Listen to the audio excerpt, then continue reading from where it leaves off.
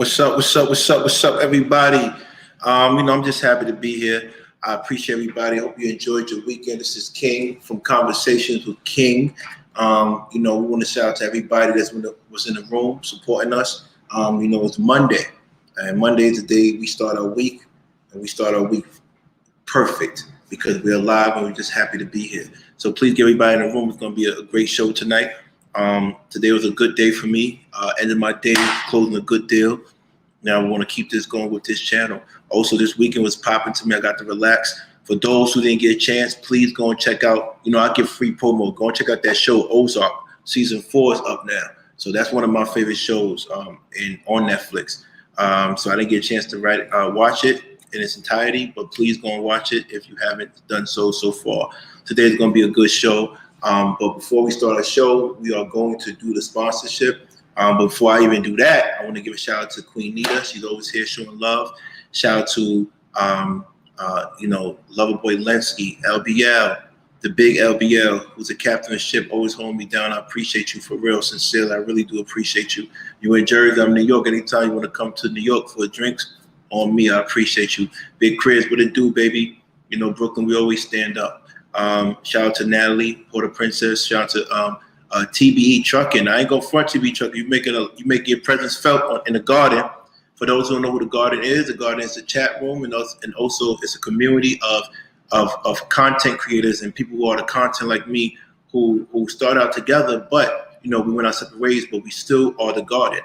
Whether good, bad, or ugly, we still are the garden. So the garden, shout out to the rocks being the men and the flowers being the woman. Shout out to everybody else who's a part of this. Dr. Highlander, yes, it is. It's one of the best shows. I think it's one of the best written shows, Ozark. So if you haven't watched Ozark yet, please take a month out your schedule to go and catch up and watch season 4. I think this might be the final season. I'm not really sure yet, but please go and support that show. It's a dope show. Truth is never favored. Brother, I haven't spoke to you in a while.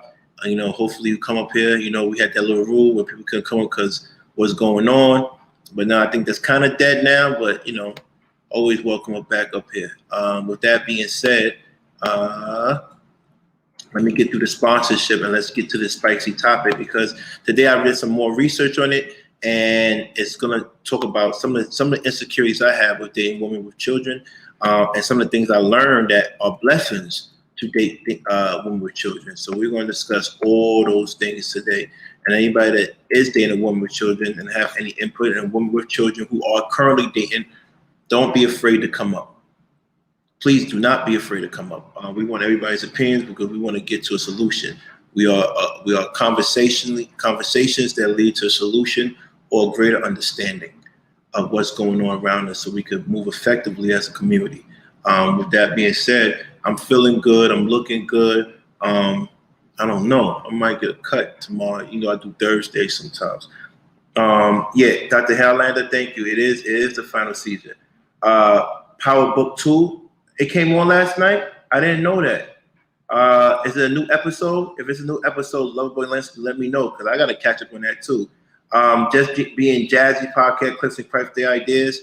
Shout out to you. It's a pleasure talking to you as well. She just said hi to the chat, which means she's saying hi to the garden. We call the chat the garden. So please, when you come in here, say peace to the garden like Missy T. We love you for real.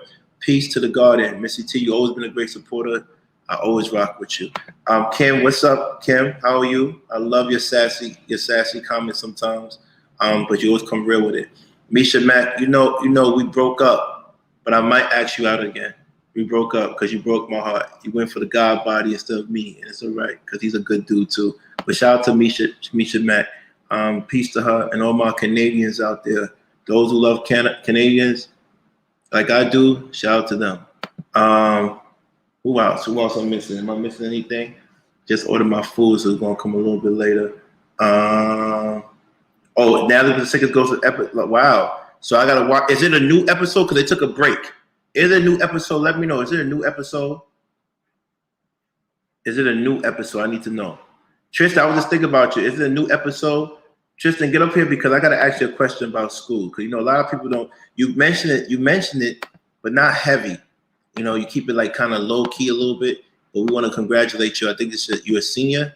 We're going to congratulate you and let people know what it's about. But it was a new episode. All right, so tomorrow I'm going to watch it. Tonight, I might actually watch it after I get off this StreamYard. Tomorrow, though, I'm excited because we're going to have a panel of 5 ladies. We're going to have, the Glow Code Nikki, Up-Leveled Approach with Kim. We're going to have Ali. We're going to have Chicago, Shay Rock. Get it correct. Let me get it correct. Don't beat me up. We're going to get Shay, because I always say, I don't want to say it wrong. Sheree, Chicago, she's going to be up here. Please don't beat me if I said it wrong. And also we're going to get Anna Elisa. She is so intelligent. She's going to be there. Welcome, Amma. Amma sounds like a name from Ghana. Thank you for welcome to the garden. We appreciate you. With that being said, let me get through this sponsorship. And when I get through the sponsorship, I hope that we have more people here and more likes. And we're going to do a little information. Then we're going to drop it, get to the nitty gritty about why it's things, the pros and cons of dating women with children. And I talked about this before earlier. So I want to see if my opinion changed a little bit. But also I wanted to know to see how much I grew, right? Because most of the women I've been dating have children, and they are amazing women. I've been dating them before. It's hard to find a woman who doesn't have kids nowadays at the age that I like to have kids, at the age that I like. I try not to date younger women because I don't got time for headaches. I got to do what I like peace. But it seems like that might be the route, So, but I doubt it though, because the one I'm really focused on has a child. But we got to figure things out. And sometimes God figures it out for you, right? And with that being said, let me take my sexy ass. Coffee no cream. I want to have kids, but you don't know. My sperm count is getting low. I'm getting older, and I just want to have it with the right person, because I see a lot of horror stories with men, just men I know in my life that go through a lot with their children. So one of those things. Please don't hesitate. Cash App, Super Chat, Super Likes. If you don't, it doesn't matter. Just like my thing is virtual currency. We're doing good over here. With that being said, let me get the sponsorship popping. Okay, you know how I do. I gotta get a new Mac. All this money I'm making, I should get a Mac, right? That's what I should do. Shout out to YouTube for always cutting the check on time. I know I wasted it on dinner dates, but hey, they cut the check on time, baby. Shout out to everybody that supports me. First and foremost, Ripple. Those who don't have it, please go and get it, and go and get the code 50% off if you use the Ripple King. That code is popping. Gets you 50% off of Ripple. Trust me, zero nicotine, plant powered smokes for everybody that loves it. Small ripples make a big wave. Support that. Shout out to The Love and Life Through the Eyes of Travel. This is my book, and that book is located on Amazon, a book baby, Apple iBooks, and as well as Kindle. So please go and support that book if you haven't gotten it already. It's My Higher Self. It's it's definitely a book for everybody. Also, go and support my brother's book, Willie Dean. Willie Dean has a book called Love. He's such an amazing father. Even today, I think it was yesterday, he took his 2 daughters to skiing for the first time. And I swear those young ladies are in advance. He's the type of guy that actually sends me pictures of his daughters when they doing karate and dancing. And that's the type of father I would love to be. So go and support that children's book by that great man, Willie Dean. Also, Terry Mera, I appreciate you. I adore you. I love you because you always hook me up and give me the fly gear. I'm wearing my things now. Being petty is the new great. You know what I'm saying? Being great is the new petty. I'm bugging out. Being great is the new petty. I'm sorry. Please go and support that. It's on Bonfire, Conversation with King. Please go and support that. Such an amazing merchandise because it has a meaning. It has my crown. It also means KWK, Conversation with King. And also, certain things you can wear around the house. Just chill. Summer's coming up. Spring is coming up. Just have some chill wear. Trust me. You're going to love it. So go and support the merchandise. And for those who don't know, join the membership. I feel like I'm lying now, right? King's Core members only. I feel like I'm posting exclusive content, and I haven't got exclusive content yet. And it's funny because if you follow my Instagram, I'm taking you on dope date spots and stuff like that. I might have to put on a membership and have my dates on the membership, or have me talk about certain things on the membership, or bring my celebrity friends or my friends that's celebrities in the streets. But anyway, with that being said, thank you for listening to the sponsorship, and we appreciate you at Conversation with Kings. I think I'm getting better, guys. I'm getting better. Like I'm smoothing through that a little bit. Before, like it was kind of choppy. Let's bring Tristan up here real quick. When he comes up here, for some reason, trouble starts. What's up, man? The SIM card. What's up, baby? What's going on? What's going on, King? Not much, man. I just want to say thank you for your support.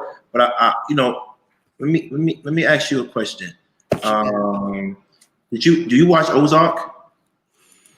Not in a while. Okay, because they got a new season today. But I felt that you were the type of person that would appreciate it. If anybody was the real Ozark in real life, it was probably you.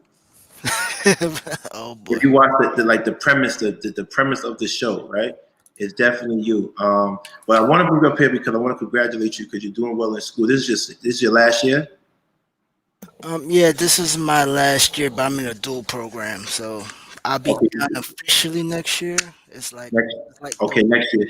And you mentioned something I think we had on the last show with polyamory and polygamy, and you said your major data engineering, and I think it was questioned by one of the panelists. But I wanted to ask you what exactly is that, and how does it pertain to just for the regular folks, right? Like, what does that mean? If we had children, we say, we want you to do data engineering because it can get you a job doing this and that and that and that. Like, well, data is basically like now, right? right. Like, you know how certain words trigger the algorithm. You know how a few weeks back we told you that Bliss Me can't say the T word to describe, a terror, something Right. like that. That's data. My job is, how can I say it legally? I work for a fintech company that works with the Federal Reserve that gathers data, which is to predict economic forecasts. Wow. So so So, basically, hmm? so data, what I always think about data, I think of data as being information. Yeah, that's all data is. I said it's just like when you walk down the street and you see things, you're collecting data. I Right. said mine is just in zeros and ones, and Right. we have to predict how the market is going to go. So like everything changed when the pandemic hit.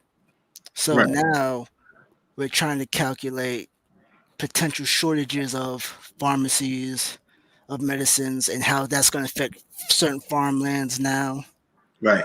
It's fun, but the data that you need, you have to be able to read charts and graphs and know how to code at So a very high pace. So a data engineer makes how much on a salary at the beginning stage and at his best?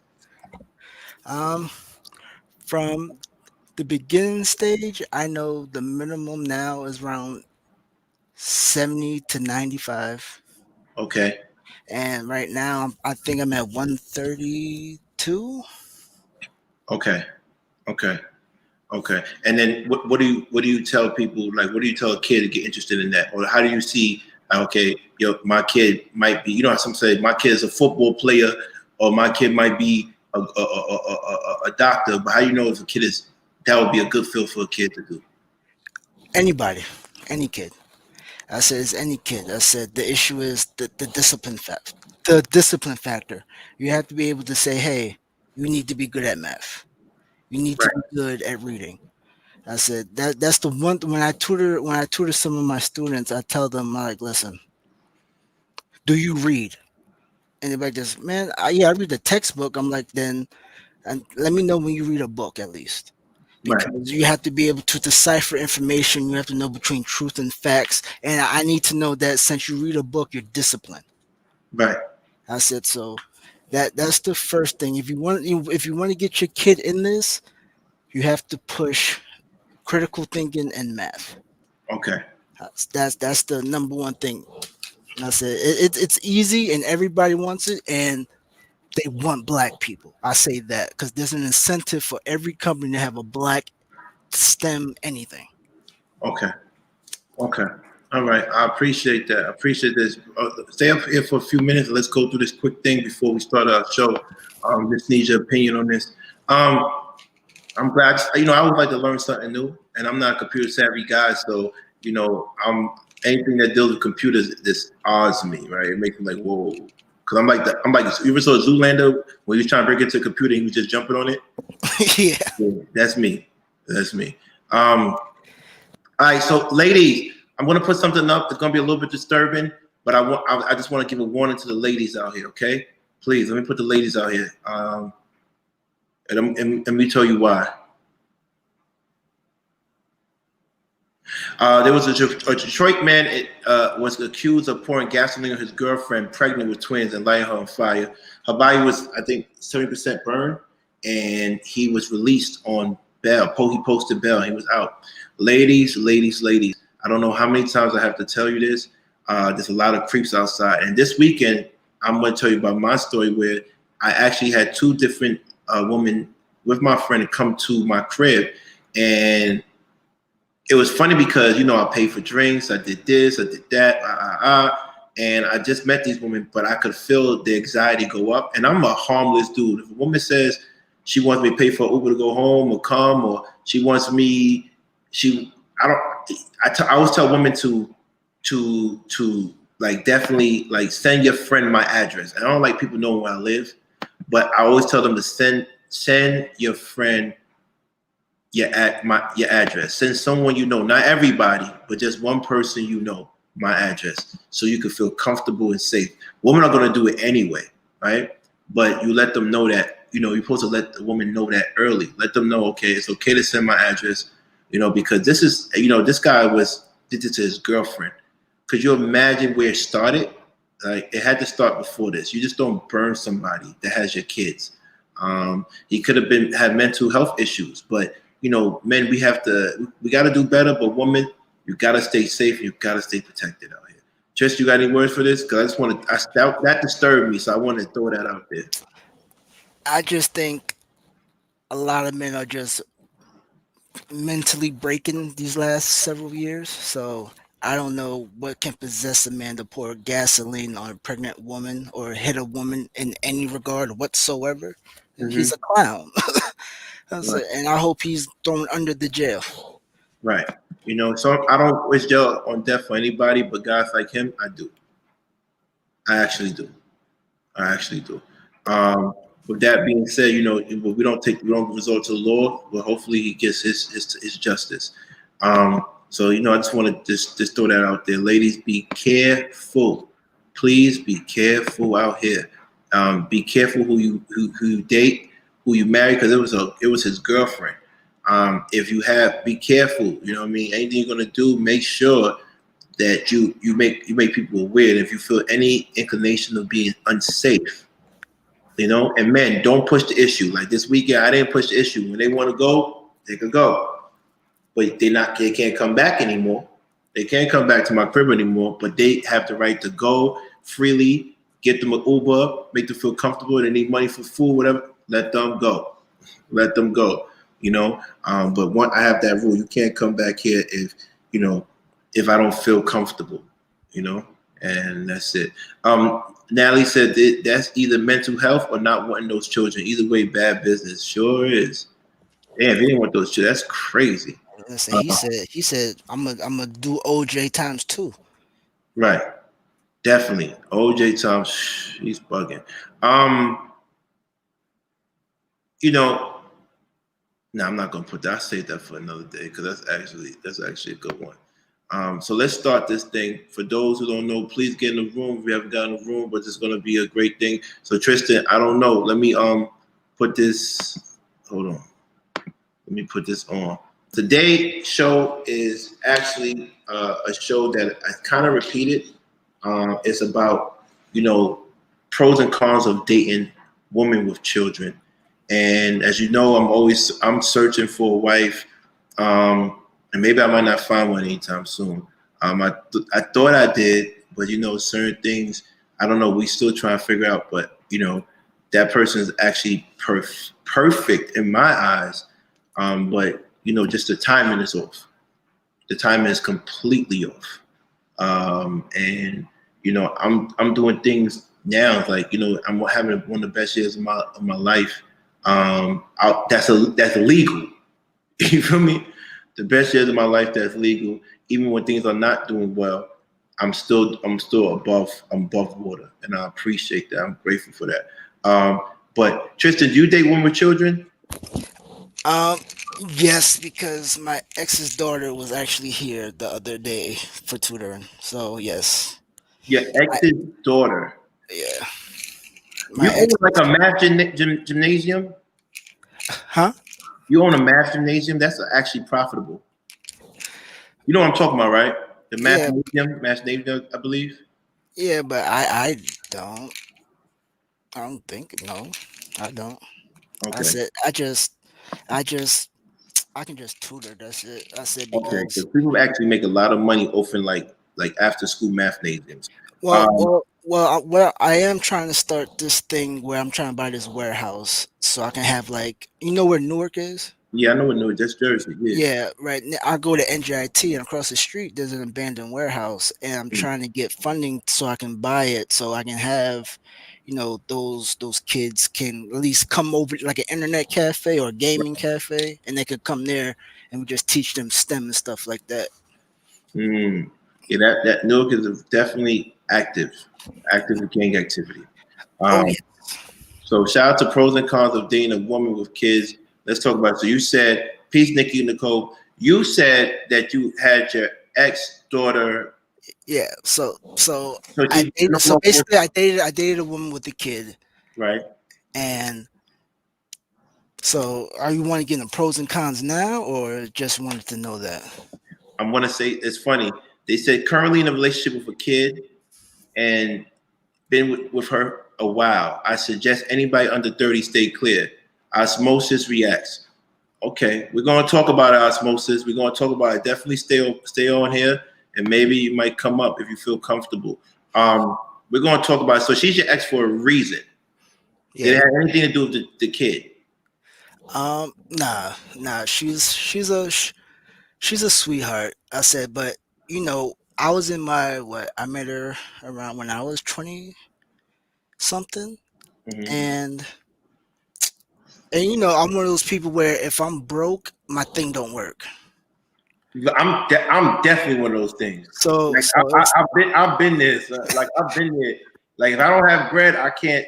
I can't sleep with. I really can't do that. Like that's real. That's real. like I remember when she left, and I'm like, I don't even feel nothing because I'm like I got no money. So I'm Right. broke. Like you can leave, I don't care.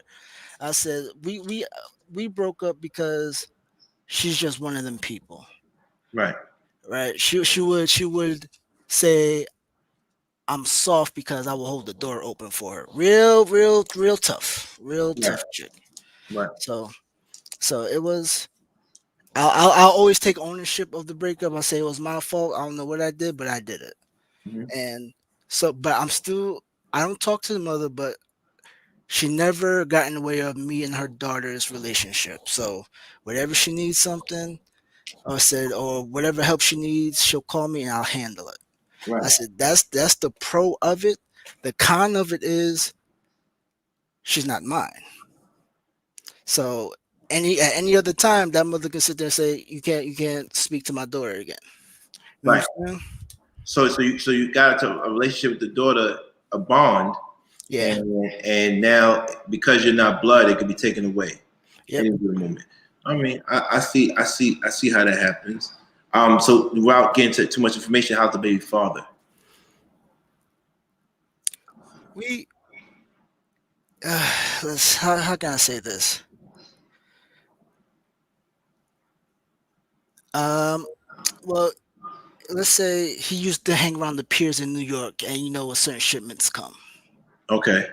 I said not the powder kind, but the ones where it's like where did all this what the kids are doing now, basically. Right. Right. so, so when me and him met, it was one of those things where he's like, we're two different guys. I'm very heavy into academics, and he's very street. So the thing was, I'm around his daughter, and the argument broke out where I'm like, well, you're not around your daughter anyway.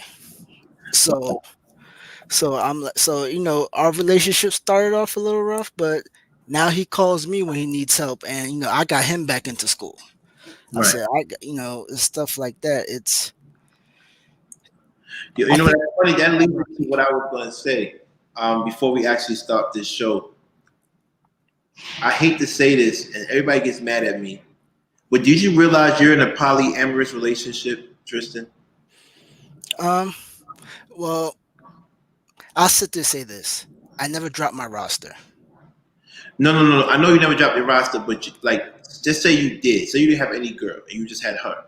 Because she has a child by a man that's involved with the child. You're in a polyamorous relationship, Oh, okay, yeah, yeah. and I kind of tell men this all the time. If your woman has a man, that's why I get mad at women when they tell me they don't want me seeing someone else, and they have a child and they're in good relationships with the baby father. You're actually in a polyamorous relationship. Just because you're not sleeping with that man doesn't mean you don't have feelings, not sexual feelings, but you care about him. You communicate with him because of your child. You have to communicate with him, right? He hurts when you hurt. He hurts. So if a man comes into a woman's life that has a child, you have to be open to being able to accept the baby father and have a healthy relationship. So you are in a polyamorous relationship. I didn't say anything with sex. I didn't say anything with marriage, but it has to be a loving relationship. It's a communal thing. And just like a man, if he has kids, a baby mother, and a woman comes to life, she has to be able to deal with the baby mother in a loving way so it will flow. And that's, people don't understand that, right? And I don't know if I'm ready for that, right? I don't know if I want to be in that type of uh, ambiguous polyamorous relationship because that's what essentially what it is without sex, right? I don't know. Maybe I'm saying it wrong. Hey, Tiffany, Well, what's up? I think for you, you don't have to, and you have the resources where you're like, listen, I don't need to be with you if I don't want to. So it's if he's gonna be around, I'm out. Like the father or me. Like I get that's his kid, but hey, it's he Yeah, can't come around. he can't come around. But peace to Darrell. What's going on? I mean, he can't come around. Um, he'll come around. That's his child. You don't ever want to stop that. But I don't have to deal with him. You know what I mean? I shouldn't have to deal with him, right? Uh, but then it's not, even if I don't deal with him. Hey, sugar love. Even if I don't deal with him, uh, how can I say this?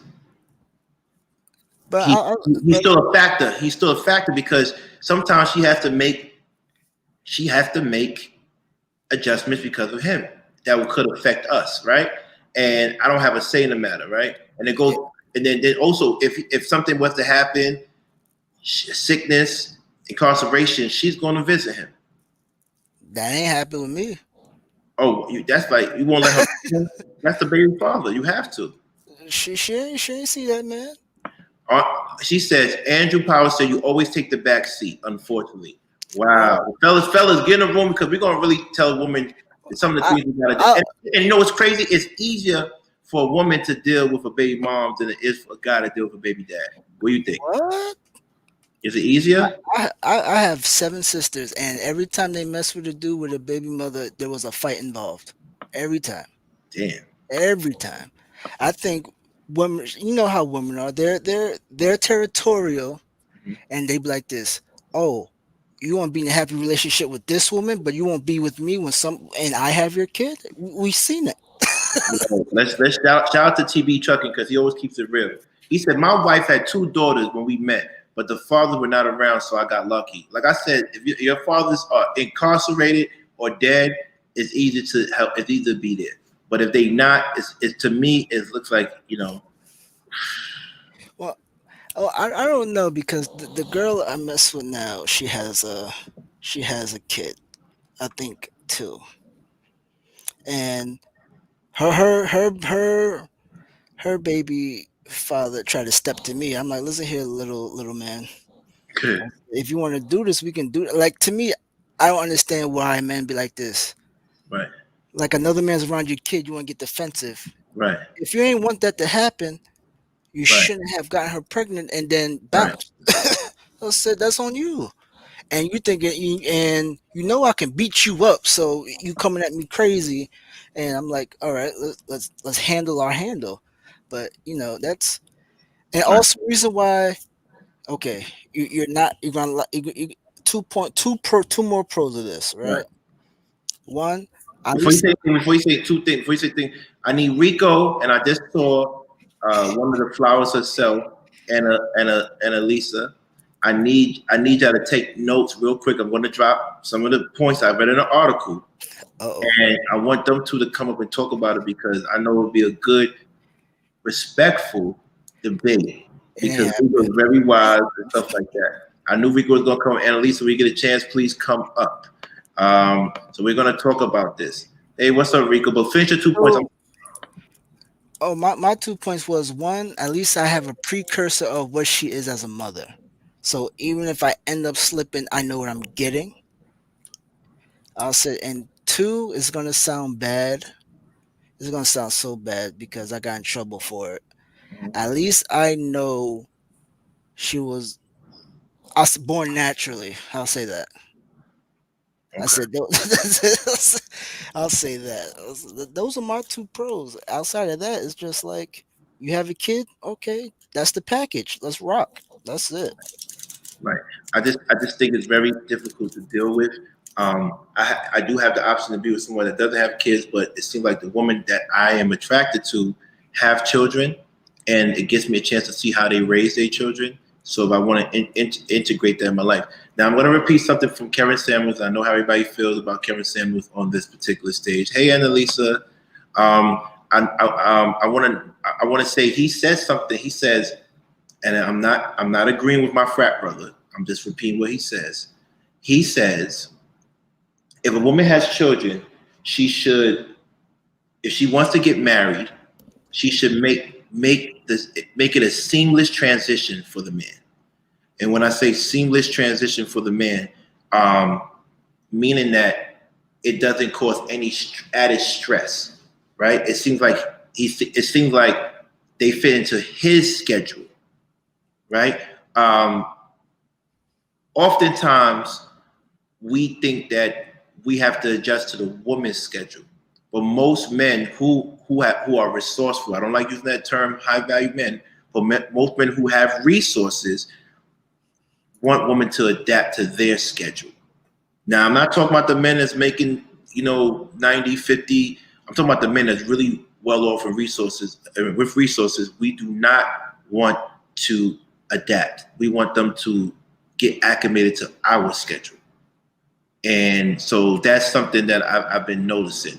Hold on, let me put a couple of things up. And before Annalisa and Rico comment and you introduce yourselves, I want to go through this list, and it's gonna be heavy. So for those who are not ready to handle this list, maybe you leave this channel. Everybody in the garden, leave the channel because it's gonna get crazy. Mr. Rucker, you're always welcome to call in if you can. And let's just keep it positive. And with that being said, let me go to this clip and tell me what y'all think. Real quick, take the notes, and then we can have a real discussion, healthy discussion. Annalisa, you didn't say hello. Hello, Annalisa. Hello. Is that her? It looks like it. I think she probably stepped away. Okay. All right. So let me do it right now. 12 cons of dating. The 12 cons of dating women with kids. And also, this is just dedicated women with kids. We could also make it for men as well. But let's just focus on this, okay, for now. With that being said, hold on. Hold on to my people. I'm doing the show. All right. The first thing it says, ex drama. Most men, let's admit to this. We don't want to deal with women that have drama from her ex man. You know, someone threatening you, like we heard what Tristan says. We don't want to deal with that. We actually don't want to deal with that. So, like I said, we want someone that could come into our life seamlessly, someone that transitions into our lives and accommodates to us without issues with their man. Someone telling you, "I don't want you around my kids," or doing impromptu visits, right? Or calling, or causing your lady headaches. Because we all know when your lady has headaches, it comes to you through pillow talk or stress, and you have to calm her down, saying, "Yo, I would never treat you like that. You know how I feel about you." We don't want to deal with X drama. That's one thing we hate. Hey, Dante, what's up? I know you're going to get on stage soon. The second thing is wild nights and hangovers aren't an option. Men who are still in the Playboy lifestyle and like to go out and like to have fun, I don't think dating a woman, hangover the night is the thing. It's not going to be it, because a woman with children, her time is occupied, and you need to respect her time. Just this weekend, I asked a young lady, she has 4 kids, to come over and chill, and she couldn't. And I had another woman that could, but she had to take a nap. And, having kids, you don't have the free will to do what you want to do. At least when I was raised, once you have children, they're the priority. And if you're not ready to handle those, giving up your wild nights, I think you should really, really reconsider dating a woman with kids. Unfortunately, the burden. At one time, I was dating a special. I'm probably still is dating. I hope she thinks I'm dating her. A special woman, and I always call her a special woman. But we went to get some frappuccino from the local coffee shop, and we went there. It was a weekend. He said, "Look at all these men. They got the weekends," and I'm like, "Wow." Basically, men, when we have children, we're not married to women, we get the weekends. The women have to take care of that child from Monday to Friday, wake them up, put them in school. You probably have rare occasions like Rico, who actually took care of his children himself. That's rare, right? That's very rare. That's like literally, if not 5%, probably the top 1%, be honest with you. It's very rare. He's an anomaly. But most of the responsibility, or the blunt of the responsibility, goes to women from Monday to Friday. And the men, we are weekend warriors. So, if you're not ready to give that up, brace yourself for schedule changes. If you're used to, like me, doing impromptu things and, hey, let's just go out, what are you doing? That's not happening. That's not happening. If she's a fit mother, that's not happening. I'm telling you that now. That's not going to happen. Number 4, if you stress may feel insignificant. Your stress may feel insignificant. We as men, we are needy. Men are needy. Let's not fool you. We like to be nurtured by a woman, but you might not get that feeling if you have a woman with children. Some women know how to unplug, just like Up Level says, she knows how to unplug, but some women don't, and their child is priority, and your stress means nothing at times. Are you going to go through the whole thing, and then we can? I want to go to 1 through 6, and we could all comment on that. All right, and then number 5. Hi, Annalisa. Annalisa. Hello, everybody. How are you? I'm sorry, Annalisa. Thank you. And she's tough. She's a tough cookie. You're not her type. You're not her top priority. I don't care what any woman says. If a woman has a child and I'm her top priority, I'm going to feel something's wrong with her, right? But deep in my mind, I still want to feel like I'm top priority, right? How do you make me feel top priority when you have a child, right? And that's just, like I said, once again, this is something you might have to deal with. It's just something you have to. And then number 6, her kids might not like you. I think children love me, but I think as a kid, as a preteen or teenager, you might have issues, especially if she still loves her father, right? At least in the beginning stages, like this apprehension. And, you can't really buy their love. They're like, who are you? Why are you here? Right? You don't look like me. I don't want you with my mother. So it's like certain things you might have to go through. But, and certain things love can't conquer. So with that being said, we're going to go and discuss at least the first 6 things, and then come back to the remainder. So Annalisa, you had an issue with number 4, I believe, right? I have an issue with everything on the list, but Okay. before I get into that, not an issue, but just some maybe a different perspective to contribute. But before I get into that, I want to say to Tristan, because I don't see it a lot in practice, I don't see it a lot, period. But I want to really say to Tristan that it's good to know that, because first and foremost, and this is for any women who are listening, because first and foremost, usually what you're going to see when men sort of target single mothers, or when they have a tendency to date single mothers, there's a predatory element involved, almost always, right? Because single mothers are susceptible to all kinds of vulnerabilities. Their children are vulnerable. They're essentially targets. So when I hear a man, a Black man specifically, I'm assuming he's Black, who has been able to sustain a positive and meaningful relationship with a child, and he's not with the mother, I tip my hat.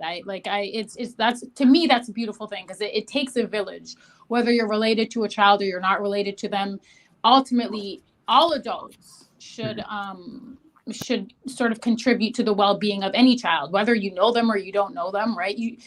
Kids are the future, right? Like, whether it's your biological child or not, you should advocate on behalf of all children all over the world. But what I want to say to that list is those things could easily apply to a married couple with biological children of their own. So we're going to have to be honest.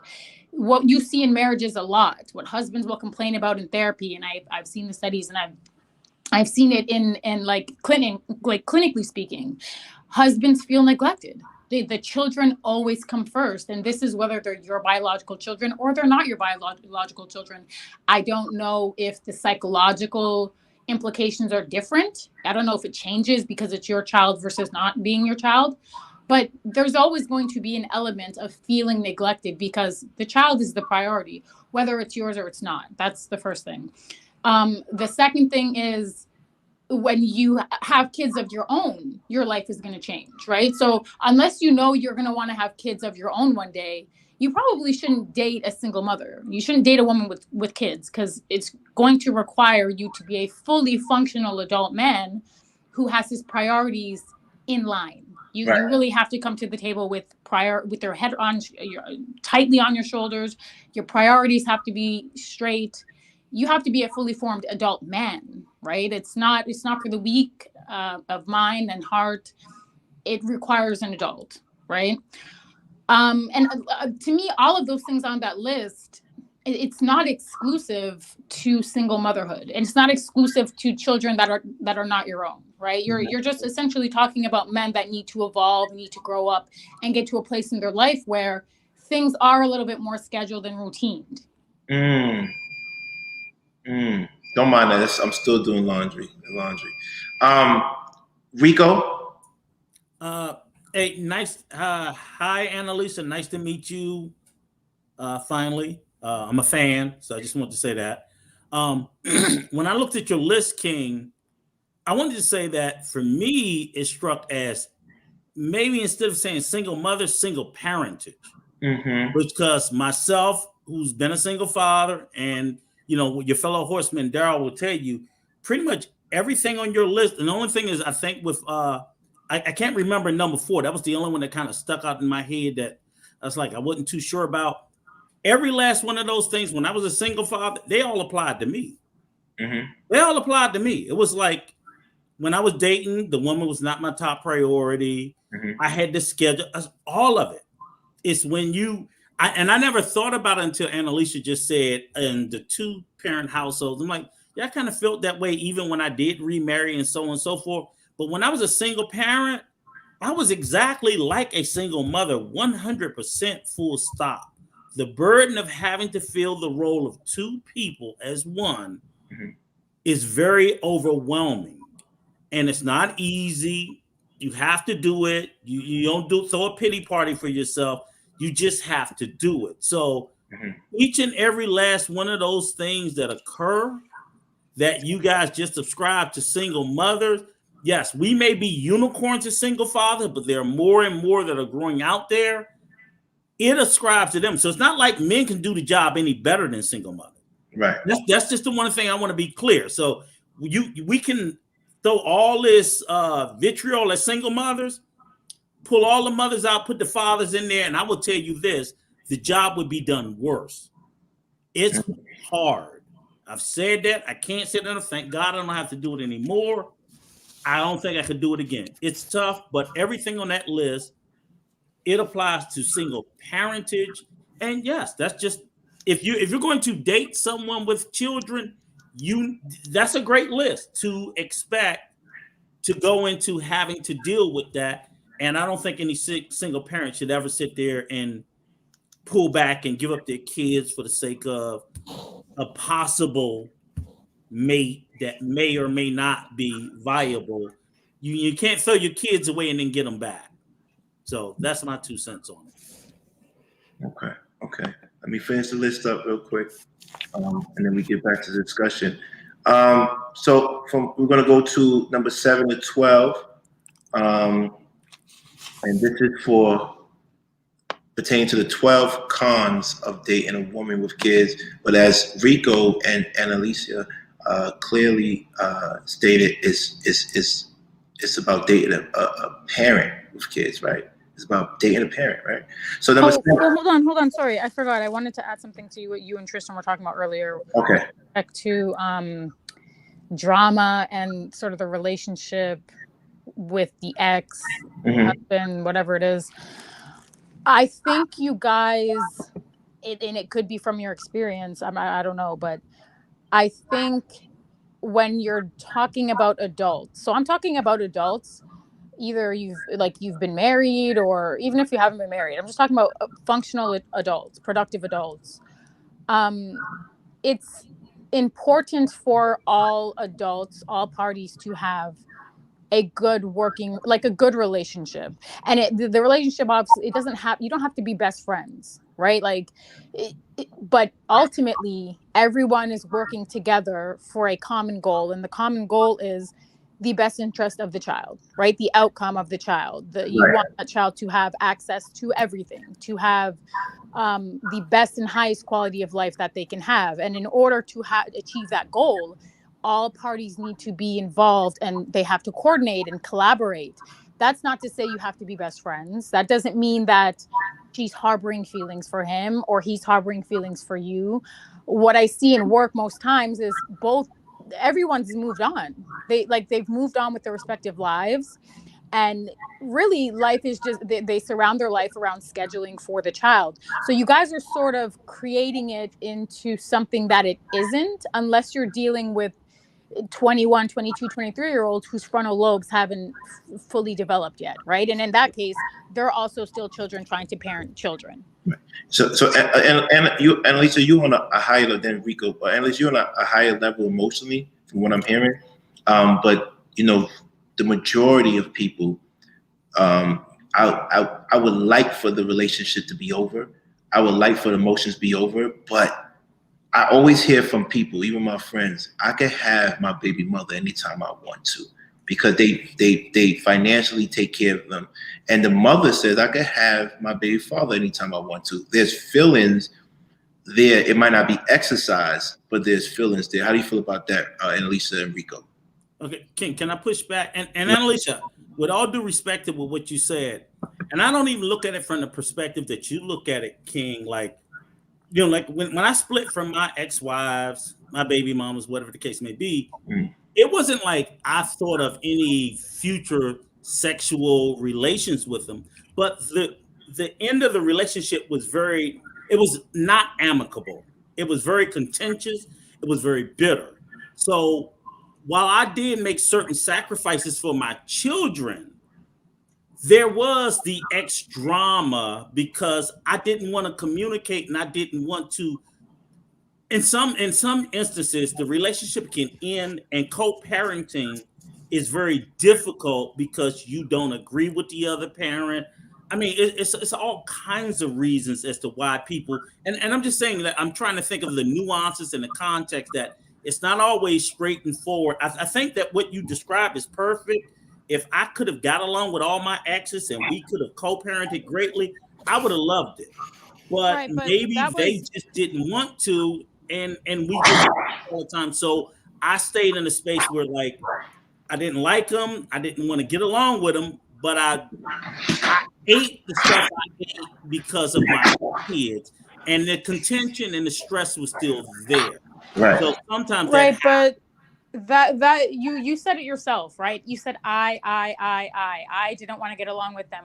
So these are conscious choices that you were making that are negatively contributing to the dynamic, right?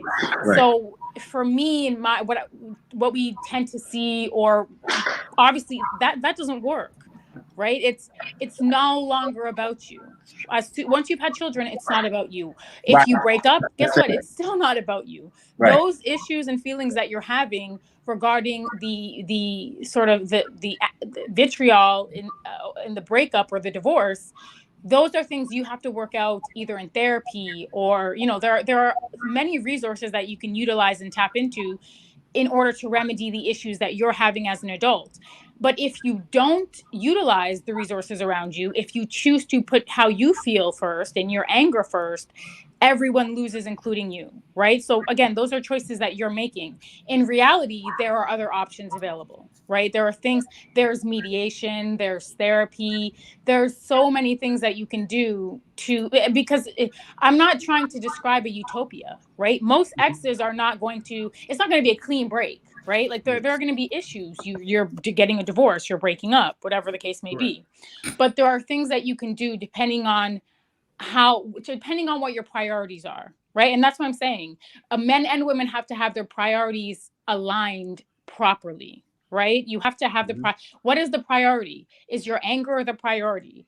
Is getting back at him or her the priority? Is contempt the priority? Is maliciousness no, the priority is, listen, things didn't really work out. I'm really not happy with you, but they don't need to know that, right? The children don't need to know that, and they also don't feel that or internalize that because they always love the parent, right? The parent that you have all of the animosity towards, the child always is going to love, right? So you don't want the child to internalize how you're feeling, and they do. And you see this in a lot of children of divorce or separation, whatever it is. You see it, they internalize it because they know. So again, you have to think about the choices that you're making. If you are making the right choice and you're trying to be very conscious and diligent, you're going to go down, or you're going to tap into the resources you need to tap into in order to provide insulation for the kids during the separation, during the divorce. And in turn, it's also going to help you move on. Okay, so here's a question for both of you and Rico. And Tristan, if he wants to answer, he's been quiet. What if you get in a relationship with a woman as men, and that particular child, a teenage child, doesn't like you?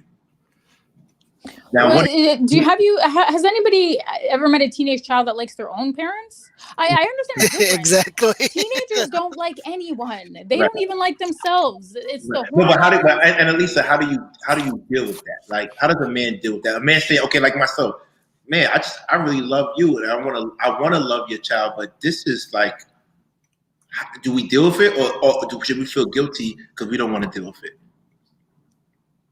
No, listen, I think that, like I said, I think a fully formed, emotionally mature and available man, and obviously you have to have resources, right? You can't just be living day to day, paycheck to paycheck, but you have to be a fully formed adult man, right? So it's not for everyone, and nor should it be, right? It's to raise a fully functional and productive child. It's an accomplishment, right? It's like that's the greatest thing that a human being could possibly achieve. So it's not for everyone. Not everybody has that in them. So I'm not pushing for anybody to date single mothers if their priorities and if it doesn't align with their life, their lifestyle, their mentality, and who they are. But to men who are worried about whether the kid likes them or not, I mean, I can't get into the mind of a man. I know from my position as a woman, it's a little bit juvenile, right? Because it's not about me. You never, don't take it personal. You don't take these things personal. Even biological parents have to remind themselves they're going through puberty. Okay, they had a rough week. Okay, you know what? Things are rough around the house, or they're having issues with their friends. Don't take it personally. You have to have a level of maturity, and it always has to be at the forefront of every dynamic, every relationship, and every interaction. Like, that's the reality. So if the child not liking you hurts your feelings or your ego, Right. yeah, maybe you're not cut out. Like, maybe like some men are truly emotionally weak, and some men are emotionally astute, and they have more tools, and they're more equipped to deal with the emotions of others, the Right. feelings and thoughts of others, right? Like, that's Right. the reality. That's, it's funny because you're absolutely right. If you can't handle it, then you should remove yourself. But here's one thing I realized for men that get into relationships like that. They come in thinking they can because they feel like that they can be helped. They're going to be assisted by the woman that they love, right? Let's work on this together, right? And that's why it's like, how does a man know he's not ready before he even wastes that woman's time, right? Oh, he doesn't waste his time. Like, a man has to know if he's not ready for that, right? Well, I'm sorry. Was Annalise talking? I'm sorry. Oh, well, when I messed with my ex, right? Her daughter was 2, and my father straight up told me, he says, "Are you ready for an instant family?" He says, "Think about it," and then he's like, "If you can do it, then you date her. But if you can't, remember, don't waste that time, because once she has a child, you're not going to be priority." I said, "Whatever that kid needs, she has support on our end, so on and so forth." So it was always, think about the child. If you're not thinking about that child before you even mess with that lady, then you're already coming in wrong. You're already coming in with bad intentions from the start. There we go, Tristan. And just to piggyback off of that, and this kind of conflates or goes back to what you guys were saying about, like, the drama and the relationship that you have to have with the ex and yada yada yada. The reality is that there are some elements that are going to be crucial, and communication is crucial in every relationship, right? The breakdown of a relationship can largely be contributed to communication, or the lack thereof, right? So when you're getting into a relationship with a man who has a child, a woman who has a child, you have to sit down and have a meeting of the minds. You have to have a conversation, and it has to be a comprehensive conversation about what the sacrifices are going to be, potentially what concessions need to be made, what someone is able to do versus what they're not able to do, what role they're able to take on versus not able to take on. Sometimes what I see at work is women are looking, just because it's an intimidating role, and I see it on both aisles, right? For women and men and women coming in, they say, you know what, my role right now, or they both have agreed, right? Mom and dad have agreed, or boyfriend or girlfriend have agreed. Right now, I just want to come in. I just want to be a friend. I want to be a support system. Like, I'm here to support you, right? I care about you. I'm here to support you. That's my role. And that's typically how you want it to start, because that's how you build trust. That's how you build a bond. And then through that, later on down the line, as long as there's been a conversation around it, then you can start implementing, discipline, because love is discipline, right? And I'm not talking about, like, beating kids. I don't believe in that, first of all. But you have to build a bond, and the bond has to come from an authentic and organic friendship. So, like, it's I don't know. It's you have to have a conversation. Communication is so important in all relationships, but especially when there are children involved, with either men or women. You have to know what concessions you're going to make. And you have to know what your capacity is as a human being, right? Like, what is my threshold? What am I really able to give? Like, do I really have it in me to give emotionally, physically, financially? You have to be honest with yourself. And I think a lot of men and women are not honest with themselves. Maybe their intentions might be different, but their application is off because maybe they weren't honest with themselves about what they thought they were able to do. Can I jump in for a moment? I just wanted to sit there and say this because I'm not sure about you, Annalisa, or you, Tristan, but I've actually been a stepfather twice.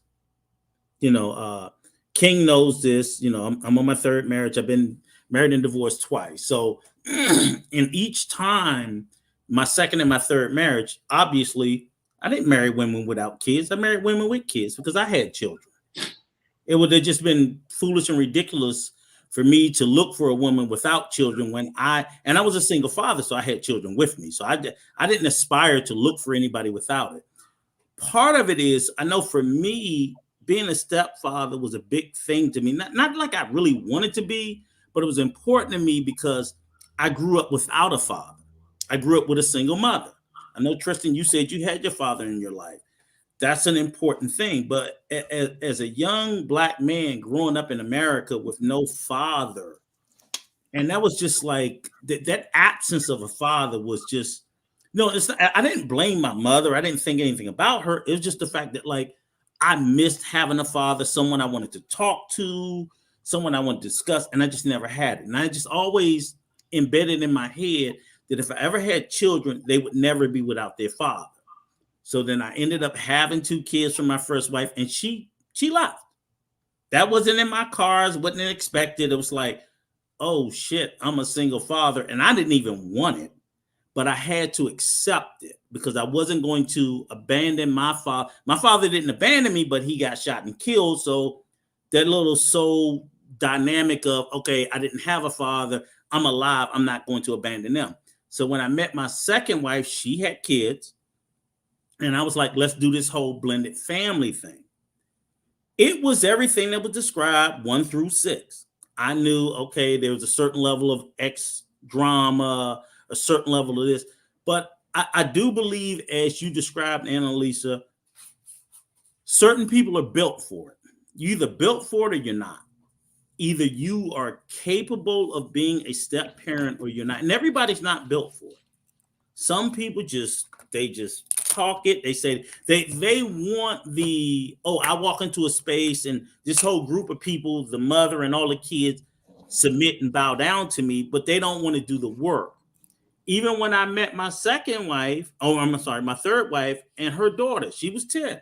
She didn't want me around. Absolutely, she didn't want me around. She wanted me gone every single day. But I made it clear I wasn't going nowhere. Wow. And now, 10 years later, she loves me. She loves me. But she could, that whole didn't like me thing, she couldn't stand me. She wanted her daddy. She just that whatever. And I was like, you can whatever you want. I'm going to be here. I'm going to be the father that I need to be in the absence of, and she has a great relationship with her biological father. I tell anybody, like, no, they're solid, but I'm also a great stepdad. So she had, I know that, like, I tell any man, don't feel threatened. Just do your job. Do your job, shut your mouth, plow ahead. You'll be fine. Eventually, those kids that don't like you today will love you tomorrow. As Annalisa said, it's about developing your relationship. And all my relationship with my kids, to include my exes, there's nothing to do with the exes. They love me and I love them. And that's an unbreakable bond. That's what you have to make it about. I love them more than I love my wives. And I love my daughter more than I love my wife. I love my children more than I love my ex-wife because they love me more. And nothing's going to break that. That's the best way I can describe it. Yeah. Let's go back to the list and then we could go continue the conversation. Did you create this list yourself? I have to know. No, I didn't create this list myself. Yeah.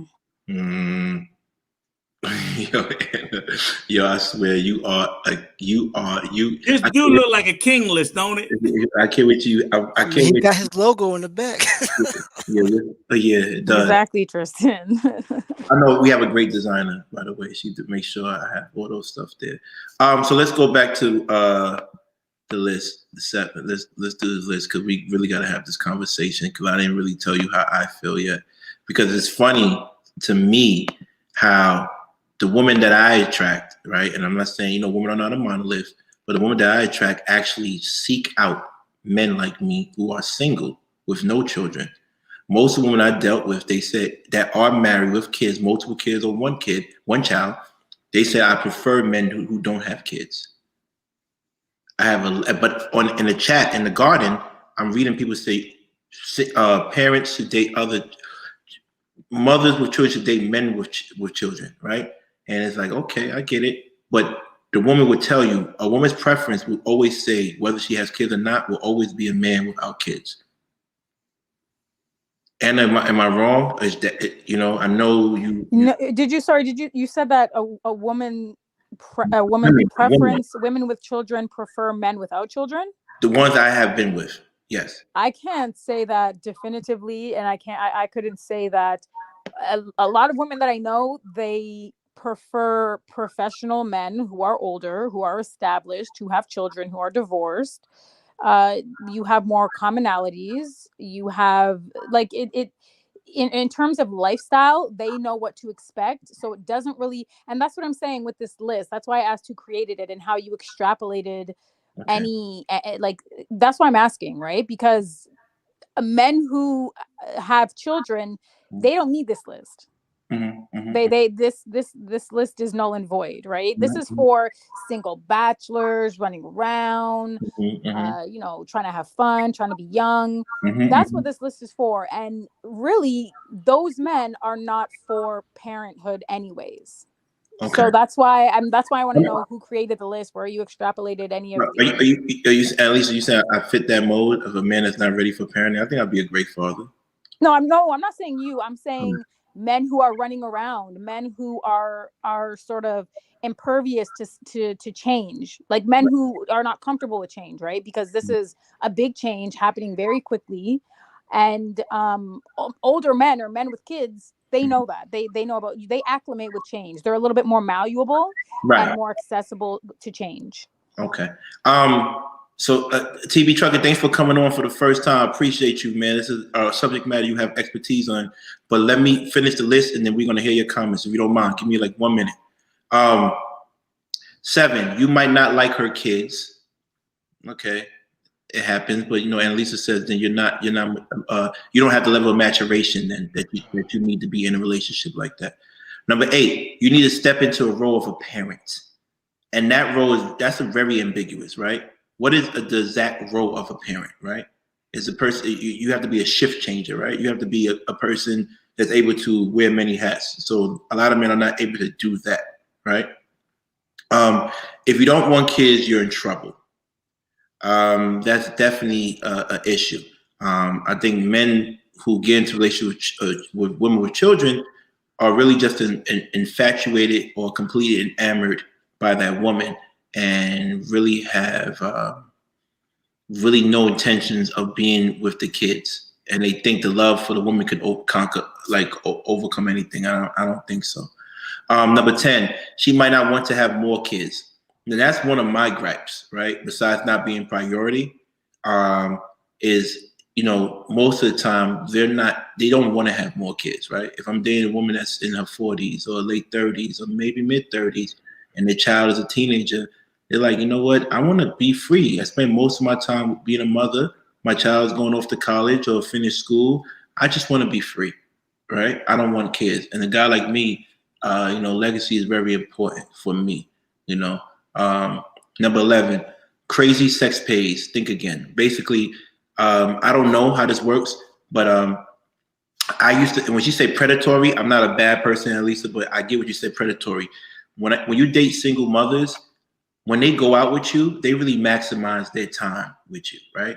Because they don't know when they're going to have this free time again. So usually single mothers be the ones that be eager to engage in intimacy, you know, more than you might think, at least for me, right? So, but you know, as you but I can't get it anytime I want it, right? Like I said, I tell people all the time, jokingly, I like to walk around my house naked. Now, if I move into a house with kids that's not mine, that ends. That freedom ends, right? Unless I get a bigger house and I get like the West Wing and no one can come inside. That could happen. We could fix that. Number 12, a breakup could be doubly hard. And I think that's what Tristan alluded to, and that's what Rico alluded to. Like, not only am I leaving you, I'm leaving the kids who I build a bond with. Okay, this is why I do think it's pertinent information. Just I have to collect information as I go along, right? Right. It is important that I know who created the list, because the thing with the list is whoever's lifestyle resonates with the list, they're disqualified anyways. Do you understand? They're disqualified. Yeah, I get that. In perpetuity. Right. I'm saying in perpetuity. So it's not necessary. Like, there's no list. There's no pro and con. There's none of that. Mm-hmm. It's which adults are coming to the tables. Like, how mature are they? How, like, where are they in their life in terms of career, education, maturity? Like, there is no list. It's so individual, and it's so complex and nuanced. You cannot deduce it to a list. You just can't. You're trivializing the experience of a step parent and a biological parent. That's what the list does. I really feel like it kind of trivializes the whole thing. But I think that's why I need to know who really wrote the list. But I think a list does that for any subject matter, right? Because we're always going to get into the point of saying, hey, this is not as linear as you think it is, right? Right. So, right, but this is not linear at all. This is, you're dealing with human lives. That's what I'm saying. Exactly. The list is linear, right? So, but the list doesn't resonate. The list has no place. Right. For some, but it might for others, right? But listen, if the list resonates with anyone that the list resonates with are disqualified. So you don't need a list. People already know, like. Right. But this is. Can you go back to the list? Okay. Let me go back. Before we go back to the list, can we get TB, because he was up here? TB, you have any comments, please? No, I'm just listening for right now until I'm ready to tell my story, being a stepfather where I'm at right now. Okay, perfect. I'm interested in your list. Okay, let's go back. Because what I hear, what I hear from the list, it sounds like a single man made that list. Absolutely. And these are the things. See, what he doesn't understand, it's being with a woman with children is very complex. There's a lot of different things going on. It's not simple as a list. You can't go by a list. You have to go by the person that you're dealing with. Mm-hmm. You know what I mean? My wife is very, very unique. She was 21 when I met her. Right. She had already had 2 kids. She just wanted to be loved. She came from the projects, and she fell for 2 dudes when she was younger that she thought was going to be there for her, but then they wasn't there for her. You know what I mean? So by me coming into that relationship, I already knew I was going to have to deal with some dudes that may end up on some street shit, or it may not. You know what I mean? So I understood that from the jump, because I know how territorial men can be, even when they're not even the picture. Just the fact, you know what I mean? You know that knock on the door 3 o'clock in the morning. Oh, I want to see my son. That old type mess. Right. You have to go. But she always checked them. She always put them in check. She always says, "This is my man. Like, you're not going to do that. You're not going to come over here this time of morning." You know what I mean? There's a lot of different things. And then I've also dealt with women in the past who've entertained their baby fathers. Right. You know what I mean? And that's why I couldn't stay with them, because when I grew up, it was more likely you were never going to find a girl who didn't have kids unless she was like 18 or 19. Right. If she was over the age of 21, more likely she already had a kid. Right. You know what I mean? So there was girls where they always entertained their baby fathers, and they probably were still messing with them behind my back. So each girl is different. Each one is different. You have to know the person that you're dealing with and be willing to go through that with them, and understand that the ones if they are still dealing with their baby father, you have to cut them off. You can't deal with a woman that's doing that. That's You know what I mean? You cannot do that. So hold on. Say that part again. And in the backstage in the private chat, and Alicia, I left the website. It's actually written by a woman. It's written by a woman. But what happens is I sent her the website. It's on this, so you might have to put that website in /12 -cons the title. What I have, but can I say something? It's a little, it's kind of not bothering me. It's just annoying. I think we have to make distinctions. Right. We have to make distinctions. If kids are having kids, right, there's a higher propensity for problematic behavior, for more complex interpersonal relationships with the ex, the father, the husband, whoever. We need to make differentiations here, right? If we're talking about adults who are established and have settled, it's not the same. It's just not the same. It's not apples to apples. If you're dealing with kids having kids, they're going to behave like kids. That's the reality. Whether you have kids or you don't have kids, that's what's just going to happen. So can we make a distinction or draw a line in the sand for when we're talking about like the age group? I mean, of course, I think that's self-explanatory for me, but maybe TBE trucking has something to say. No, you can't. There's plenty of 20-something, 30-something-year-old women out here starting drama with their baby fathers and the current dudes that they're still dealing with. You can't separate it. You have to separate it by the you actually can. You can separate it. Of course you can separate it. I don't know how many single mothers that you've dated, but I'm telling you, you can't do that. Well, listen, I work with a lot. I don't matter what you work with. I'm talking about relationships. They're predominantly single mothers, and that's not my experience. And they're going to tell you whatever they want to tell you. And clinically speaking, that's not the experience. Yeah. Can I So no, we can't say that. It doesn't matter if they're 20 or they're 30. They don't tell you. They're going to be no, that's not true. With that being said, TB and Annalisa, with that being said, just like Annalisa requested the information where I got the information I put in the private chat. Maybe she does have data, so hopefully you can request it because your anecdotal experience basically says it's no. She might have stats, so y'all both could be right. No, I'm not gonna bring anecdotal experiences. I'm not gonna talk about my own life or my life. But what you guys are doing, and it's trivializing how sort of dynamic this conversation could be, is you're relegating it to your own experience, and that's not everyone's experience. And as you get older, experiences change. As you get older, parenting changes. Like as you get older, relationships change. That is the only constant in life is change. So you can't tell me that every 35-year-old woman with kids is dramatic and problematic, and you can't you can't tell me that. You can't substantiate it. Right, but just with TB, she has a point there, but you also have a point. She can't say every kid that has a child. Can I step in just for 1 second? Here we go. Yeah, go ahead. Just for 1 second. All I want to say is this. The list of 12 characteristics that they describe as cons. Right. Can we accept that that's not the totality of the list? That's just a sample. So it's not necessarily the top 12.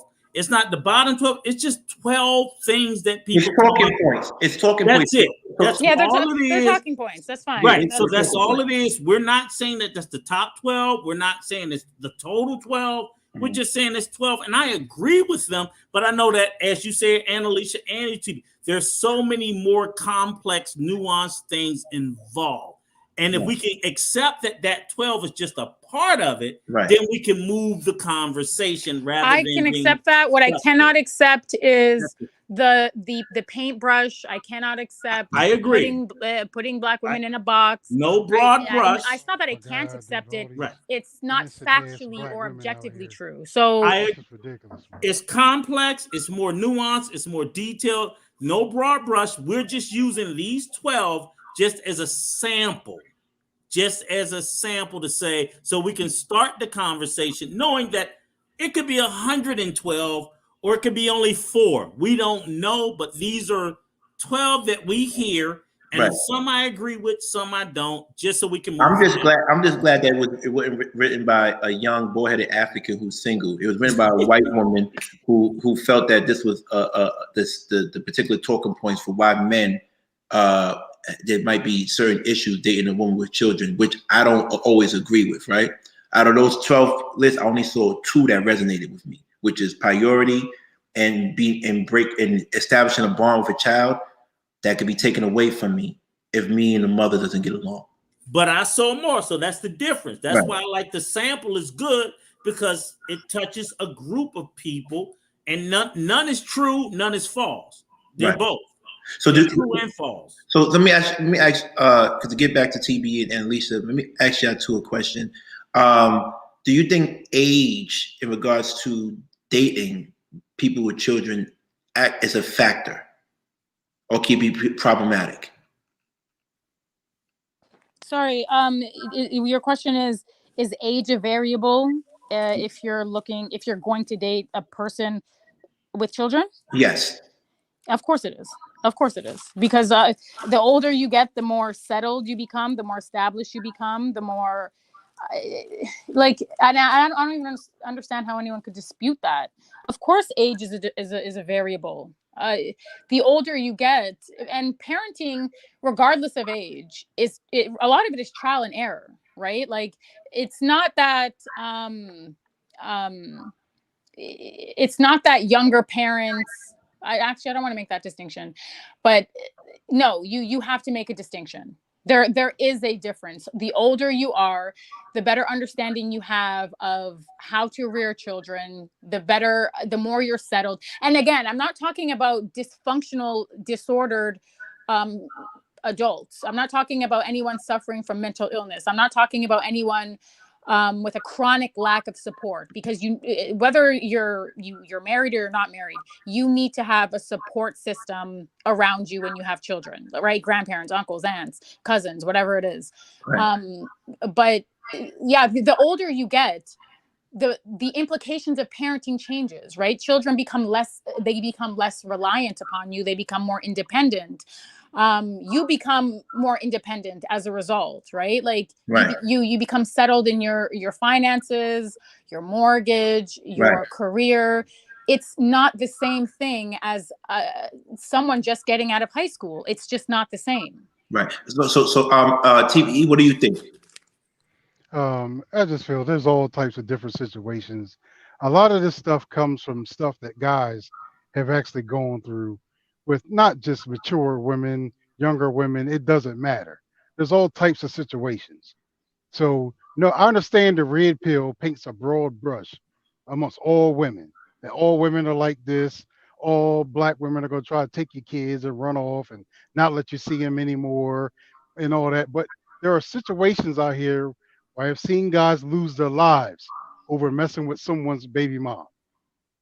I've seen guys get their behinds whooped over messing with someone's baby. And they're not guys in their early 20s. You know what I mean? There's all types of situations that pop up. My situation, I was fortunate because those 2 loser ass niggas that she had kids by, they just didn't care. They went on, made kids with other women. One of the dudes got like 8 other kids. You know what I mean? And what made it all come around is when one of his kids died of COVID last year. So one of my wife's oldest daughters, her name is Kaya. She calls me dad. I'm really her father. They all go to the funeral. He pops up in the funeral. They kick him out of there. You know what I mean? That's the type of person that she was dealing with back then. So I was allowed to come into the mix, be a father, and be a father without her stepping in saying, well, you can't talk to my daughter like that, or not. You know what I mean? She was a very mature person for her age. And usually you don't get that. I've been with enough stepmothers to know that you don't always get that. I've been in situations where, you know what I mean, the little boy was being very disrespectful and I had to correct him. And her first words out of her mouth was, don't talk to my son like that. Wow. Now, automatically, I know that's not going to work. You know what I mean? If I can't correct your son in my house, this thing is not going to work between me and you. Right. And I've been in a lot of those situations. I've been in situations where the woman's still entertaining her baby dad on all levels. You know what I mean? So men, yeah, you need to be aware of all these things before you get into a relationship with her. You need to know if she's going to let you father the child. if she's still dealing with her with the kid's biological father on that level. Not communicate, because you got to communicate if the two of you are mature. But you know what I mean? But not pulling her off to the side. Oh, come here, let's go take a ride so we can talk and all that type of stuff. I'm talking about mature things. Yeah, but that comes with trust, though. That Right. You can't do that from day one. That's Right, what happened. Thank you, Tristan. You got to vet them. That's all I'm saying. That you got to vet them before you get in these No. situations. Okay, no. I have to push back. No. Well, not What are push you talking back, about? but I've been married 20 years to this woman. no, that's why I'm not. 20 years. Like I said, I don't know your life, sir. I don't care. It's not Yeah, about but you're you. basing a whole lot of stuff This off is of not your about opinions. you. I'm looking at the overall picture. Like, like I said, these things are tracked. I'm not talking about you personally. Please, like, let's take the emotions and the personalization aside. What I'm I don't saying have no to you emotions. is, Don't throw in those any words. when you're coming Don't into do that. any Don't do that. relationship, again, you have to have that level of communication, that level of trust. The man and the woman have to sit down and say, okay, listen, you're coming in, you're new. We need to establish a baseline, right? This is the baseline. This is how you're able to interact with her, right? And you obviously, you give feedback. You obviously put your needs, make your needs available, and say, hey, this is what I feel comfortable with, or hey, I don't feel comfortable with this. And a lot of what I see, or what I've read, a lot of men don't feel comfortable disciplining another person's child, and that's perfectly normal. But you establish a baseline. If a woman says that you can't speak to my son like that, yeah, you can't, and that just means that you guys haven't had that conversation yet. And because you haven't had the conversation, you've overstepped your bounds, and maybe you didn't know it, but you didn't have the conversation. Communication is paramount. You have to communicate and establish a baseline and establish exactly what your role is going to be. How are you going to communicate with her? What do you feel comfortable with? And depending on the age of the child, you have that communication with the child as well. That conversation with the child is just as important. That you're trying to integrate everyone's life together, and you're trying to do it in a way that creates the least amount of disruption. That's the goal. Okay, let me get this correct. All right, there's two schools of thought, right? You have Alicia's thought, and Rico's thought, and Tristan's thought, which is, if you're going to go into a relationship with a woman with a child, you have to be prepared, you have to be ready, you have to be patient, you have to have fortitude, right? And then you have TB Trucking and Kevin Samuels and maybe my school of thought, which is, no, I need a woman that's gonna come into my lifestyle and schedule, right? I don't have to adapt to her. Her and her children have to adapt to me. So I want to. Are those the two school of thoughts? Yes, Rico. No, I still had to adapt. I'm not gonna lie, but I still had to adapt. Well, I'll just say this. Okay, I just want to make. But hold on, I'm sorry. Hold on. If that is your worldview, if that is what you're looking for, you are not looking for a woman with children. It is a certainty. If you are someone who is immovable. Right. You're not someone who is who does what, and there are a lot of people who are like that. They don't acclimate well to change. If you're someone who doesn't want your world or your schedule to change, and rather you want them to integrate into your life, I'm not integrating into yours, you're integrating into mine. You're not looking to date anyone with kids. You might not even want to date somebody with a dog, because that's a routine and a schedule that you have to also integrate into your life. Right. One thing before Rico goes, I just want to say, when I say things, at least sometimes it's for conversational sake. So no, I'm not. This is. I want to establish this here and now, because a lot of people take things personally. Right. I don't know you. This is not about you. We're having a dialogue. It's a productive dialogue. Nobody think that I'm talking about you and your 20-year marriage or your wife. No. No, Anna. I'm not worried about if you're talking about me. I'm not that thin skin. I'm just listening. Yeah. I don't care about it. You don't know me. My kids have been raised. I'm 48 years old. I've already raised these kids. These kids love me to death. I know. I'm not talking about you. No one's talking about you. I think we should establish that here and now. I've already done the work. I'm not talking about. So what you have is an opinion. Go ahead and voice your opinion. This is a conversation that we're having about a very nuanced and complex topic. We're not having a conversation about our lives. Right. So when I say, that's why I said, when I say things, everybody knows me for being on the show. I say stream of thoughts or stream of consciousness or certain things just to push the conversation. No, I'm not. I understand, but Rico wants to say something. Okay. All right. Let me just center it for a minute, okay? Because I hear you, Annalisa. I hear you very well, and what you said is very true. But what I want to sit there and maybe just try to get you to think about a little bit, like, because I was a single parent too. So just say hypothetically, I had my kids and I had my style of child rearing. You have your kids and you have your style of child rearing.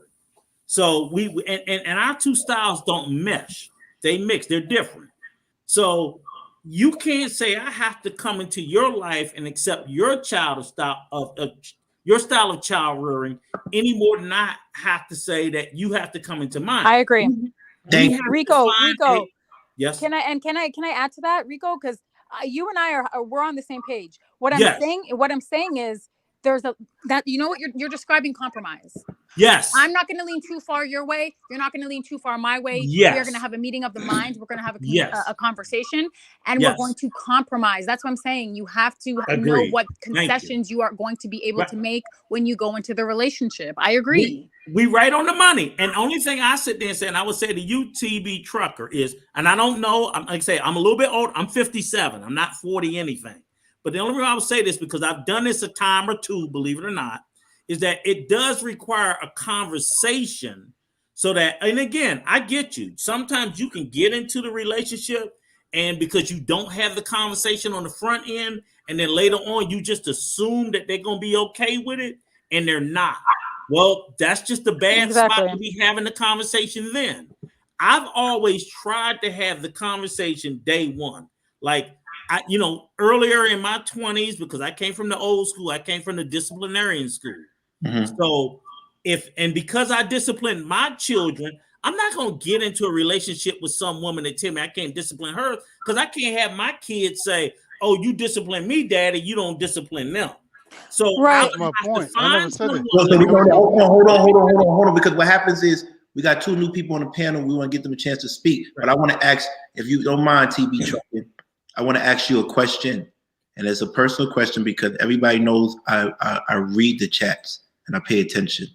Go ahead, bro. Was it easier for you to deal with your wife, your current wife now, because she was the one that helped you build your amazing trucking empire? And the other woman you had in your life with children, you were actually taking care of them. Yeah, that was basically the difference. That was a different one added to my life. So I hope that wasn't personal. Hope that wasn't personal. That wasn't too personal, right? Yeah, no, it wasn't personal because I'm gonna tell you my whole life story one day when I'm on here. Because everything you talk about is involved in my life story. Okay. You know what I'm saying? I spent most of my 20s in prison. Okay. You understand? I was out for maybe a total of 3 years during my 20s. You know what I mean? And that woman was the only one who was there for me. Mm-hmm. You know what I mean? So I owed it to her to at least try to figure out how we could make this work. Mm-hmm. Now, I had to take into account that she already had 2 kids. You know what I mean? So I had to take that account. And at the time, I didn't have any kids. Mm-hmm. So she ended up giving me 4 kids of my own. She pushed me to be the man that I became. She literally made me. I'm willing to even say that as a man. Mm. My wife made me. Because I wasn't interested in doing shit but playing video games, sitting in a room, going on the block, and hustling all night. She made me understand there was more to life than just that dumb shit that I was doing. Mm. You know what I mean? She pulled me up like, you need to go do this, you need to do that. And finally, I was like, all right, I'll give it a try. And it ended up working out. Now, I still had to be receptive of change in order for change to work. Because you can't scout her and make a man. You know what I mean? You can't make a man do anything that he doesn't want to do. You know what I mean? I wanted to do it. I just didn't know how to do it. She pointed me in the right direction. She poured the love into me. And man, and I blessed her with anything that she wants in this world. She can have it. She's the best woman in the world. Mm. And she just happened to have 2 kids when I met her. But there's other women that I met that have had kids before, and they weren't that type of woman. They come from trauma. They come from fighting and arguing. They come from all the dumb stuff, One Right, woman but was you come she from was trauma as divorced, well. and there you see go, cutting you me see the off. hypocrisy? You won't let me finish. Why are you cutting me off? You can't finish my Oh, story. calm down, Let sir. me Calm talk. down. I just want to You point out need to calm the down and hypocrisy shut it of up it. It's for a very second and interesting. let It's a very man talk. hypocritical. Wait, hold on, hold But on, you're hold on, being hold on. very Sir, disrespectful. yeah, that's not good. That's not good. Hold on, hold I on. get where you're Hold coming on, from, TB. hold on, That's Rico. not good, though. God damn. Hold on, TB. Out of respect, she did cut you off, but we don't have to scream. We don't have to do that, brother. It's just my microphone is loud. I'm Okay, sorry, bro. okay. My microphone's loud. Sorry if it sounds like I'm screaming, but I'm a very low talker. She's So when I definitely talk up, it sounds like I'm screaming at y'all. Yeah, she's I'm a not woman. screaming at We you. want to Sorry respect. about that, but don't cut me off Thank like you. that. I'm supporting just trying your to make a story, point. brother. I love it. I'm motivated. And that's just part of my story. It's good. But when I said a woman made me, bro, she Okay. made me. And I'm happy to say that because I wouldn't be here without her. I'll probably doing life in prison right now. Would I rather be out here trucking, making almost $200,000 a year, raising kids, taking care of a family, or sitting up in a jail cell talking about all the bitches I used to fuck? Okay. Can I say something to them? Yeah. Okay. Then you, then Tan, and then Osmosis reacts. Thank you. I think that it's interesting, and it's a prevalent occurrence in the Black community, but it's interesting that women with children who are a little bit more vulnerable, maybe their footing is not as stable, that those are the ones that you don't want to date. Those are the problematic ones. Those are the ones that come from trauma. But these men that are getting in relationships with them also come from trauma. Their footing is also very, very shaky. And I think it's dangerous to suggest that if you're going to get in a relationship with a single mother, you get into one at her expense, or that she builds you into a man. She's already vulnerable. A man should be adding to the quality of her life. This is a patriarchy that we live in. You're a man. You add value to her life. That, like, it's absurd. In no other community, in no other community, culture, among any other race, do you hear women talking about, I built up my man. It's not acceptable. Yeah, Jay, it's your turn. It's not a normal. Hold on. This is not a normal pathology, first of all. Second of all, I just think the hypocrisy of it all is different. You come from what I would characterize as a traumatic background, and you are repelled by women who come from trauma. It's a hypocrisy. And I think that maybe you should just deal with your own trauma before you point your finger at somebody else's trauma. Okay, Tan, you'll go. Thank you.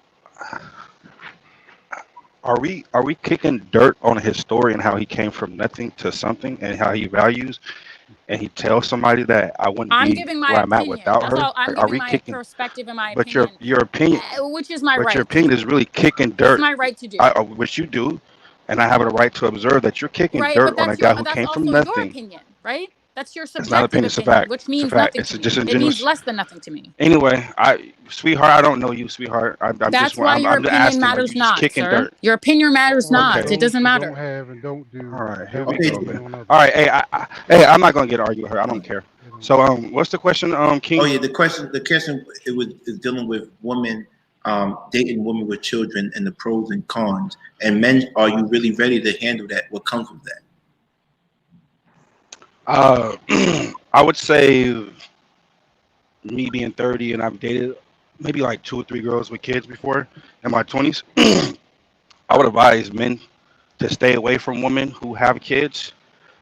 It's just a simple fact is, I'll just give you a statistic, man. You just have to share 3 families: your family, her family, and then the kid's family, and that's kind of hectic doing all that in your 20s. If you're older, then go for it. But my opinion, I would stay away from it.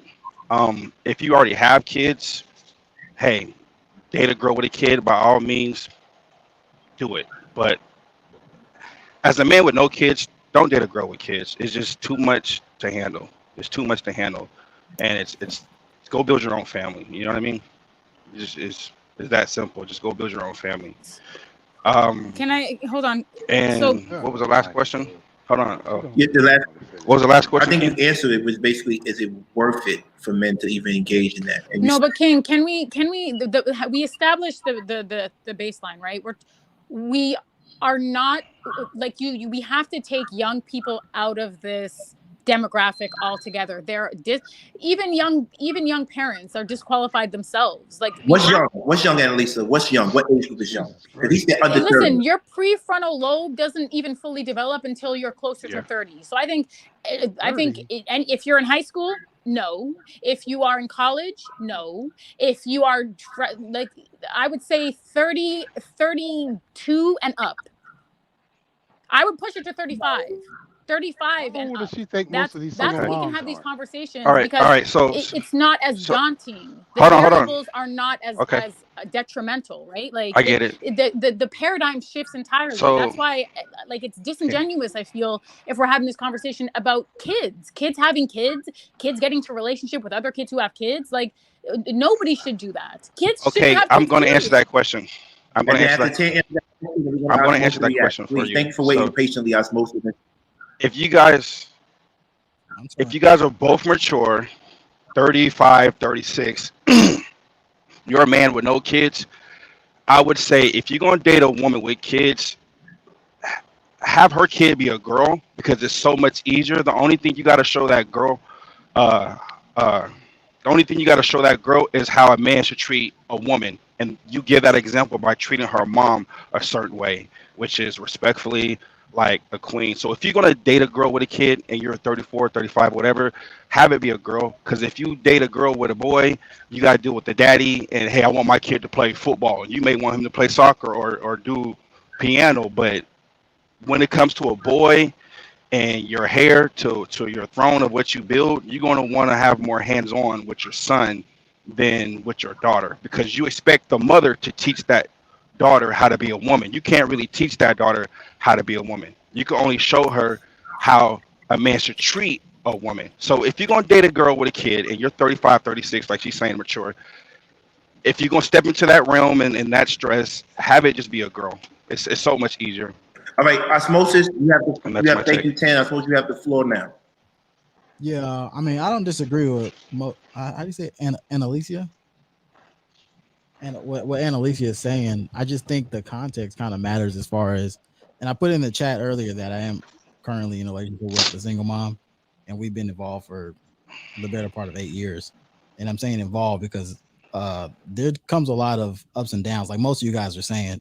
So no one's, I feel like you kind of have to choose an age range, right? Because a man dealing with a single mom from 18 to 30 is different from a man from 30 on forward. So my issue is a lot of drama. She was chaotic in herself, being a single mom and all the trauma that comes with that. I didn't have a lot of trauma. I, come from a stable background, but kind of detracts when a man that doesn't have kids under 30, because like she's saying, you're not into your fullness of your manhood yet. And until I started growing in my manhood, things weren't really stable. Just dealing with this girl, because you're dealing with all the outside factors and the emotions that comes with yourself. So I think you do kind of have to establish that line on what we're talking about here. Are we talking about mature people or people under the age of 30, men specifically, that aren't established yet? Because like TB said, most of these I agree with that. I agree. Most of these men that are dealing with single moms, and most of these single moms are usually 18 to 27, something like that. And they're actively dating. So we can't just, the reality, the statistics, it seems what Annalisa is trying to go with statistics, but the reality is from 18 plus, everybody's actively dating. And there's a lot of single moms in the market and dudes that are just having sex and and then getting involved with these ties that kind of leads toward the issues towards your 30s. But if we get to that point. That's all I was saying. Like, you Rico can't and then age never favored. Okay, I just want to say this, Annalisa. I love you, sister. I agree 100% with what you said. However, I do want to have just one small pushback with you, and it was to TBE trucking, because, and I understand what you're saying, that like as men, and I agree with you, we should be the leaders and the supporters of women and so on and so forth in our community. However, if there's a group of men who need inspiration and they find inspiration, so like he did. Like he said, he told his story. He was not going in the right way. We got plenty of men out there. If a woman came along and inspired him and turned him the right way, I don't think we should diminish his story for that. I just think that I agree with what you're saying. I agree that maybe it shouldn't take inspiration, but if it does, I don't care how we get there. You would agree. You don't care how Black men get to the space of standing up and supporting and being protective of Black women. You just want them to get there, inspired on their own, whatever the case may be. I do care how they get there. But if they get but there, I'm not. But does this it is matter? not. Hold on. This is not to denigrate anyone's story. I don't really care. I'm just saying I wouldn't want a grown adult man leaning I don't like the implications of a man leaning on a single mother in any capacity. I don't really care what his backstory is. I don't really care what he's been through. I just feel like they're a vulnerable population, and that's just it doesn't make any sense to me at all. And I can agree with that, but all I'm saying is that as long as we get to the place of resolution, I would rather, if it took me to lean on you to get me to the promised land or me not getting to the promised land, which would you prefer? Because ultimately, I would rather we get there. And I would rather a man get there on his own. And I would rather if you're asking me what my personal preference is, I don't subscribe to your ideology, anyone's ideology here. I believe in supporting one another. I believe it's a symbiotic relationship. Yes. I believe it's give and take. I believe it's compromise. I believe it's sacrifice. But I don't believe in build a man. I don't believe in build. I'm not a proponent. I will not subscribe. That is how I feel. You're not going to change my mind, so we can move on. I'm not trying to change your mind. All I'm saying is I'm just trying to create a space that some of us, and again, I believe everybody should get there on their own. They should walk on their own 2 feet. I agree with everything you said, but I'm just trying to create a space of compromise because I know that everybody's not going to believe what I and you believe in. That's right, all. and that's fine. Like I don't have a problem with people who have different ideologies. We're here to learn. We're here to build. We're here to have a dialogue, and hopefully, anyone listening can learn and take something away and say, "Hey, I didn't know that. That's interesting. Maybe I can apply it to my situation, my life, or my perspective." Like the rest is peripheral, and I don't care about the rest. And if they take a different approach to get to the same place we want them to get to, that's okay. But Annalisa, I want to ask TBE a question. That's it. Earlier, Annalisa, though, just a small on that point. Earlier, you did say, and I agree with most of what you said, but earlier you did say that the man should add the value to her life, not the opposite direction. Yeah, of course. I'm a proponent of that, of course. But it's not exclusive. I didn't say that was an exclusive relationship or an exclusive dynamic. You support each other, but a man leaning on a woman to build him, that's a problematic pathology. I don't agree with the leaning part. Yeah, too. But earlier you were more strong on the part of he needs to do for her and what you he needs to fit into her. Osmosis. He's cutting out. I can't hear him. Is it just me? Osmosis. Yeah. You were cutting. You were cutting out. Say something. Yeah. Oh, hold on. I think I have let me pull this other page. Mr. Roboto. No, I was saying earlier you were heavy on the I get what you're saying, symbiotic, have the conversations, all that makes sense and all that should be a thing. But earlier the base was more into the point of the man fitting into the woman with the kid's life and he needs to bring the value to her, et cetera, et cetera. You weren't really saying that's not what I said. If you're gonna quote me, it has to be verbatim. I mean, I could rewind it, but yeah. You can rewind the tape. And if you rewind the tape, I verbatim said that compromises need to be made, concessions need to be made and established, and you have to have a meetings of the mind. That's what I said verbatim. And then you switched later on and said he needs to provide the value to her. She shouldn't be bringing anything. When they made the point about her fitting into his life, if he's an established man, you said, no, he needs to provide the value to her and he needs to fit into her life, et cetera, et cetera. No, that's not what I said. And somebody, please, King, rewind the tape. What I said was it's a two-way street. A man who's getting into a relationship with a woman with kids can't turn around and say, I'm coming in here, you're going to do as I say. It's a new regime, it's a new dictator. It doesn't work that way. I said you have to have open communication. There has to be a conversation, and you have to establish a baseline. That is what I said. With respect to value and providing, that is 100% a man's purview. That is your job. Yes, you are going to, what world are we living in? Yes, I believe that men should be providing. You should not be taking away from a vulnerable person who is susceptible to poverty. You should be helping. You should be, you like, what world am I living in? Hold on 1 second, brother, if you don't mind. Yeah. I want us to be like, to not tread lightly on certain words used, right? And I want us to understand that you both could be right. We just don't agree with the perspectives, right? Or see things from a different lens. But to TB trucking point, he said something that I think people are missing. He said, more TB trucking, man. Let me get this point up first. He said, I wanted it, but I didn't know how to get it, right? And if I was his wife or his woman, and I think women are the best A&Rs in the world. They are the best scouters in the world. She probably saw variables or attributes that made him, she knew that if he had direction, he could be able to perform, right? She saw certain things. She saw like Michelangelo. You know about Michelangelo. They asked him, how did you create the Michael, the archangel? He said, I didn't. I just released him from his imprisonment of stone. He was a sculptor, a Renaissance sculptor.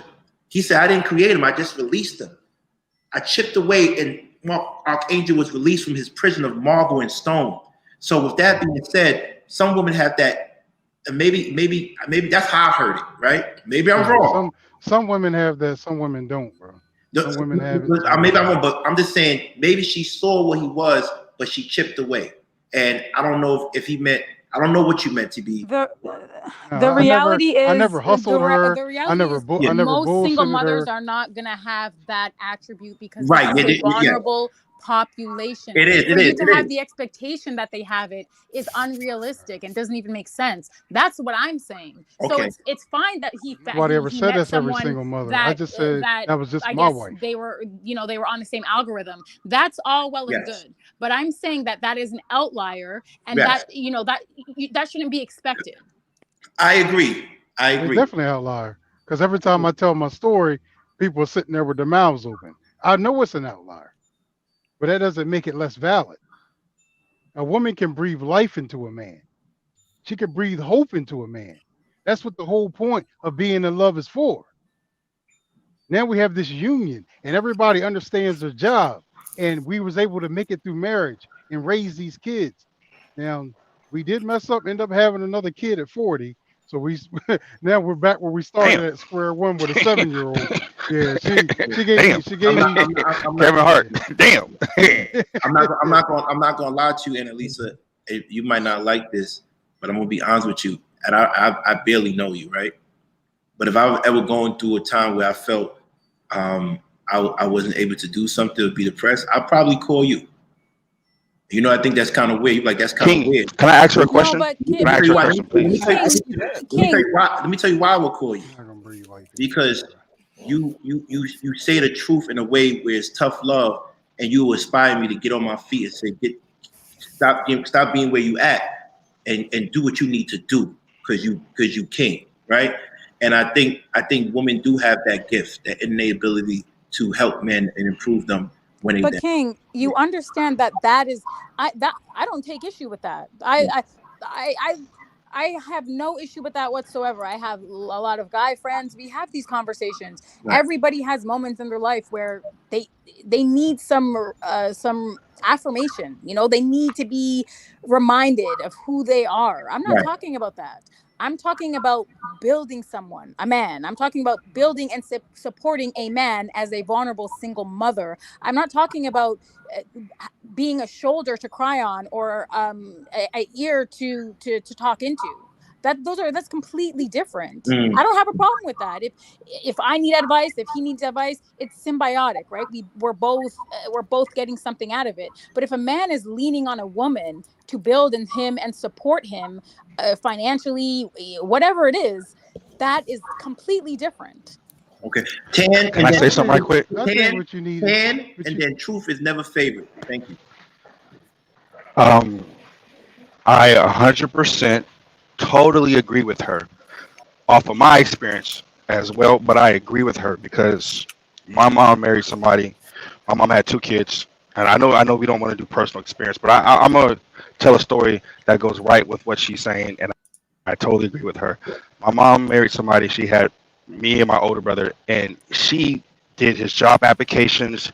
He was lazy. He didn't want to take us nowhere. So I totally agree with what you're saying, ma'am. I don't want to get your name messed up, but I totally agree with you, and that can hinder those kids that she's dating because she's pouring too much into building that guy rather than he leading that family. So I totally agree with you. I know exactly what you're talking about off of my personal experience. So right, like people you're forget right on that aspect. women with children I are human beings. Like and that's in the Black community, specifically, their single motherhood is weaponized against them, and I don't see that anywhere else. I don't see the level of denigration. I don't see the vitriol. I don't see the disdain seething through anybody the way that it is in the Black community. And the reality is that these women and you do see some men preying on single moms too. They have ambition. They have goals. They have their own hearts.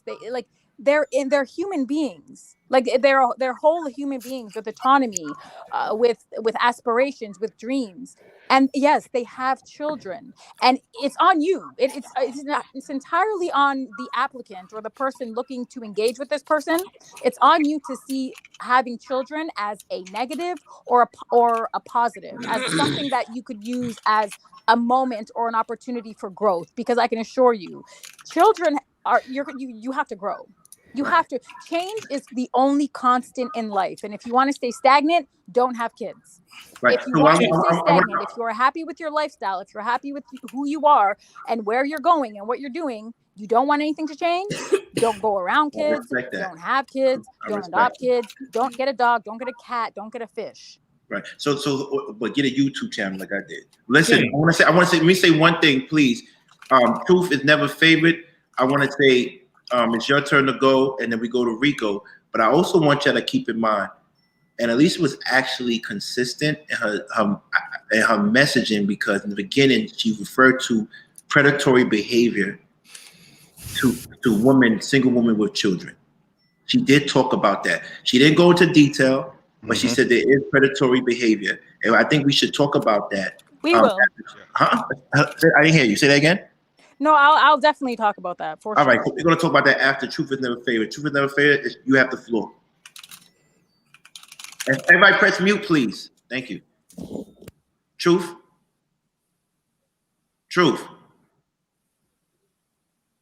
Okay. Can I ask my question? Yeah, of course. You can ask your question because he's not saying anything. You gave 12 excellent cons, and I think they were out of this world. I think they were great for the discussion. Right. Please tell me you got at least 6 pros, if not 12 pros, because I think there are pros to dating a person with children. Okay, can you tell me the pros? Because I have my own. I can tell you some of them. I don't have your list. I have my own, and I've gathered them through dating, right? Yes. The first one I ever got was from my mother. She says, dating a woman with children is amazing because you get to see how they're going to raise your child. I was about to say that. You can vet a parent. Right. So you get to see that. She said that's amazing. With a woman that doesn't have a child, you don't know what's going on, right? Mm-hmm. 2. So you would be very suspect in my eyes because you don't have any kids. So right. No, but I used to be a teacher, elementary school teacher. But I need to vet you. Right. Because you don't have any kids. Well, then you'll see, you'll see, but you're right. You're absolutely right. So, but the second thing I would say is, from my observation, the women I dated with children are better money managers than the single women I've dated. They're a little more financially savvy, right? Because like having children, you have to have reserves, right? And I learned reserves through running my father's company, right? That's what we're able to leverage contracts with the government, because we don't have to. We could say, you know what, we don't want to do your deliverables, right? We have our own money, right? So we either do our way, or we could give the contract to someone else, right? That's what we do, right? The next thing is, for me, you'd be surprised. Some of the best. I don't want to say, but some of the, y'all know how I get down. Some of the best sex that I ever had was women with children. I hate saying that, but it's the truth, right? I don't know why. You feel me? I don't know why, but that's one of the things I dealt with. And most men that I talk to, they say, "Yeah, I ain't gonna front." Can I save you on the next one, King? Yeah, please save me. Right, I'm gonna save you on the next one. You know what? Especially as a single person, dating a woman with children teaches you empathy. They teach you how to care about someone other than yourself. Because I know, like, even when I was single and dating single women, were like, unfortunately, and I mean, you know, I love you, brother, but your focus is always from self. Not that you don't care about people, but being in a personal, intimate relationship with someone with children, it really teaches you empathy. I can't say that because, but I can't say. Let me say why. Not volunteering, but actually having to love and care and have a well-being that's under your cover. Yeah, but I can't say that because I'm a little bit different from most men, because I think like a person that's like a union. I do things for the unborn. Right? Is that for your benefit or not? No, it's for the benefit of my legacy. So the unborn. So I don't have a child yet, but I made certain decisions and moves financially.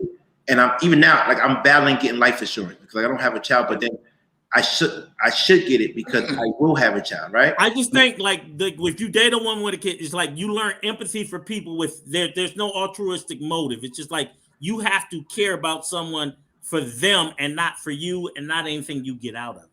Yeah, because if you don't no, that you can't say it, because when you give some men, when they give a woman with children, they know it's a package deal. There you go. That doesn't benefit them. I mean, they do it because it's a package. That's the pro. That's the pro. You learn that. That's the package deal. You have to learn that. I mean, you can get that conversation with a girl who don't got a kid. Just communicate, right? It's not the same, bro. It's a thing. I don't know if it's a pro. The only thing I'm going to regret. Why are we talking about pros? Like this is. I feel like that's my. I don't like that. I don't like that. Rico brought it up, but listen. I just said that we did all the cons. Listen, all the bad stuff. Is there no positive? No, the only single mother. The only thing I'm going to regret, because the woman in my life that I'm going to be with is going to have a child. If I'm never going to have the childbearing experience to be new to both of us, that's the only thing I'm going to regret. I wanted to share with a single mother. I don't even think that's your biggest issue, bro. Your biggest issue is going to be marriage itself, because a lot of people don't even understand what marriage is, what it details, or the duties of marriage. Right. You understand what I'm saying, King? Yeah. Like that's going to be your biggest obstacle is the marriage itself. I don't think he's saying it's going to be an issue. Yeah.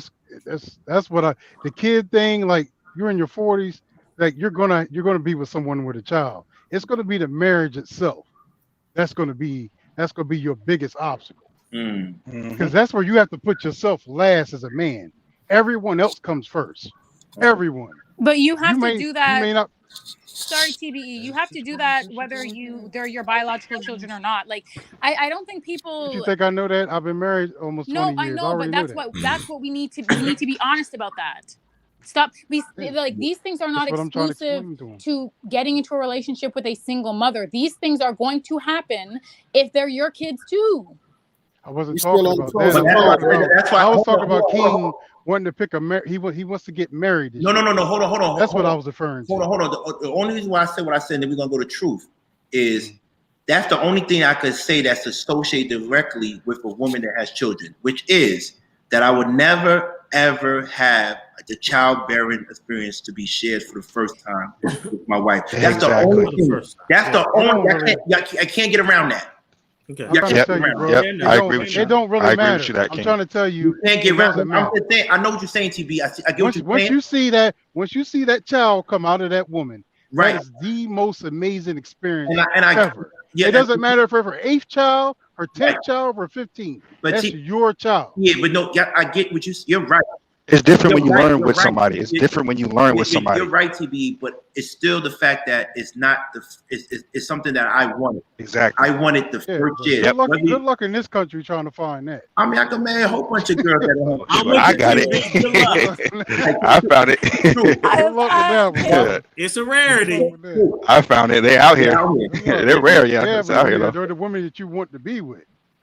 All the women he talking yes. about are already those had women you. that you guys are seeking out exclusively? Like, what do you mean by that? So many women with kids out here. You can't help but to find a woman with a child. It's based on your age, though. It's based on your age. If you're in your, if you're 20, you have a high. Yeah, that's what I'm saying. Can we? Listen, I found mine 6 years ago. Crazy. Can we please specify the age group with which we're the demographic that we are talking about? Because everyone's like, oh, like people are all up in arms, and I know what kind of people. 30 and above.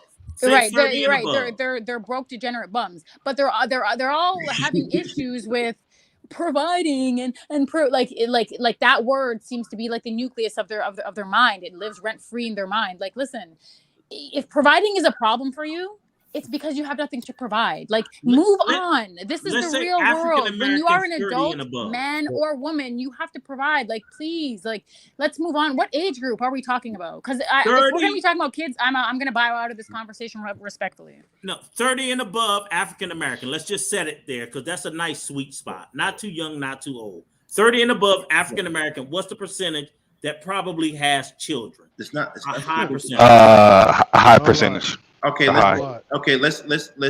I don't know because they say that a majority of the women. It says it's really not a lot of men that's impregnating all the women in our community. That's a fact. That's a fact. No, it's not a fact. So what is it then? I don't know what it is. It's not a fact though. Okay, so you're saying that say it's not a fact and not present a counter argument. Browns. No. Can you repeat what you just said? No. Thank you, TB. Thank you, TB. I appreciate that. What did you say? I said that a majority of the black women in our community are getting pregnant is by a certain group of men. It's not by there's a lot of men my age that don't have kids. You'd be surprised. I agree. Yeah, that's true. I agree with that. Two things. For instance, it's like this. Like, for instance, my situation, I got 2 children by 2 different moms. My brother, he has 3 children by 3 different moms. So it's not a lot of dudes out there cracking. It's just the same girls are getting hit by one guy. Like, we're out there, like it's only a selected few out there really getting booty, man. Like a lot of guys is not out there getting tail. It's a lot of virgins out there. We getting some, but we ain't staying in it like that. Kids are serious. So okay, this conversation is not. All right. I disagree. I waited until after 30. Thank you, Tan. Truth. Go ahead and because you came in here, you came in here. I want you to drop your jewels too. Yeah. So no, I mean I'm just laying out there because I agree with you saying. A lot of guys is not out there getting it. So that's just flat out. But as far as the pros and cons about being with a single mom and everything like that. What happened? Hello?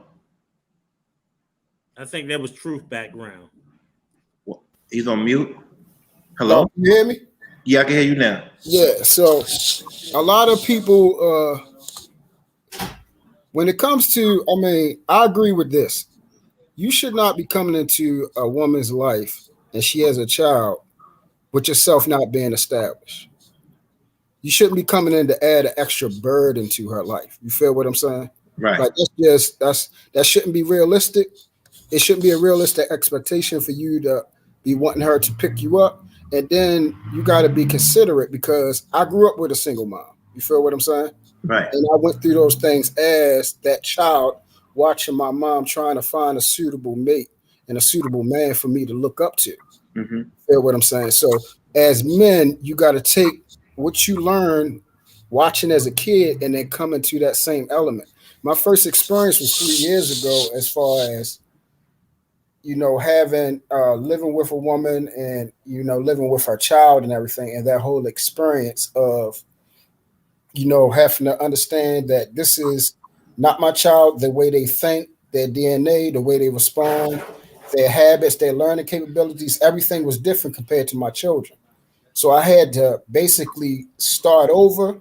But he was he was 7 years old.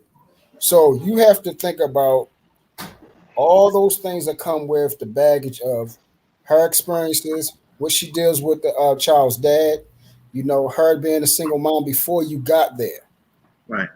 All those things are, basically I guess you would say the cons, because it's going to be, a trying time. Intimacy is going to be different because you got to respect the fact that her and her child had a certain relationship with them being there, by just being them. You got to pan out time for dates, and then you got to build your own rapport and relationship with a child. Like still to this day, I still talk to the child when I can and everything like that. Spend time with them, still buy them gifts for Christmas and birthday and everything like that. Wow. So that rapport has translated even though we're not together. You feel what I'm saying? So I want to ask questions to him to get some understanding on his situation as well. So after then you finish. after that, we did. It should be over there. We the pros is the fact that you're helping build the community back together.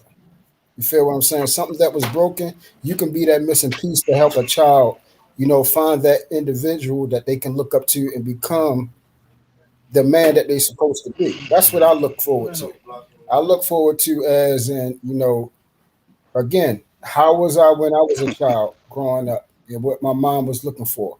And the fact that so many times I failed over and over in my life trying to become a man. So I look forward to being that for this little boy. And then, I started ingratiating myself, find out his likes, his weaknesses, helping him with his homework and everything like that. So it helped, help me as a man build and understand what that is like for the outside looking in, and to really know that we are important to this community. You see what I'm saying? That boy still calls me up to this day, and still tells me, Mike, I miss you and everything like that. So the rapport in that relationship is still there, and that was important. Truth, can I hold on before you say something? Truth, can I say something to you, because I don't want to. This pro list is very problematic for me. First of all, I don't even want to engage with it, and I don't think.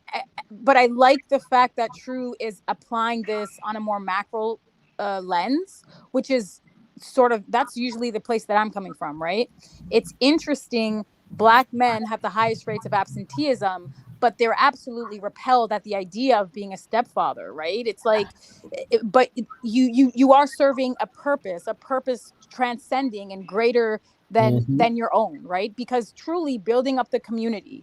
And if you look statistically speaking, if you look at all the data, all the research, Black children need mentors, and a stepfather, if nothing else, is absolutely a mentor. He is a mentor. He is a friend. He is a support system emotionally, physically. So I like I like the fact that that's truly what being a step parent. If you look at it at its core, it's mentorship. When you're really looking at what it means to be a step parent, and you have to be strong for that. And you look at the Black community, and it is absolutely devoid of mentorship. It is absolutely devoid of leadership. So from that lens and from that angle, Truth and I are absolutely on the same page, and I like looking at it from the macro level. I don't like the pros list. I don't even like the cons list. I feel like anyone who takes umbrage, you don't have what it takes, so you disqualify yourself. You tell on yourself by telling us you don't have what it takes. So just move on. Just let me ask you something. The last thing that I want to say is let me ask you any Black women listening in the chat.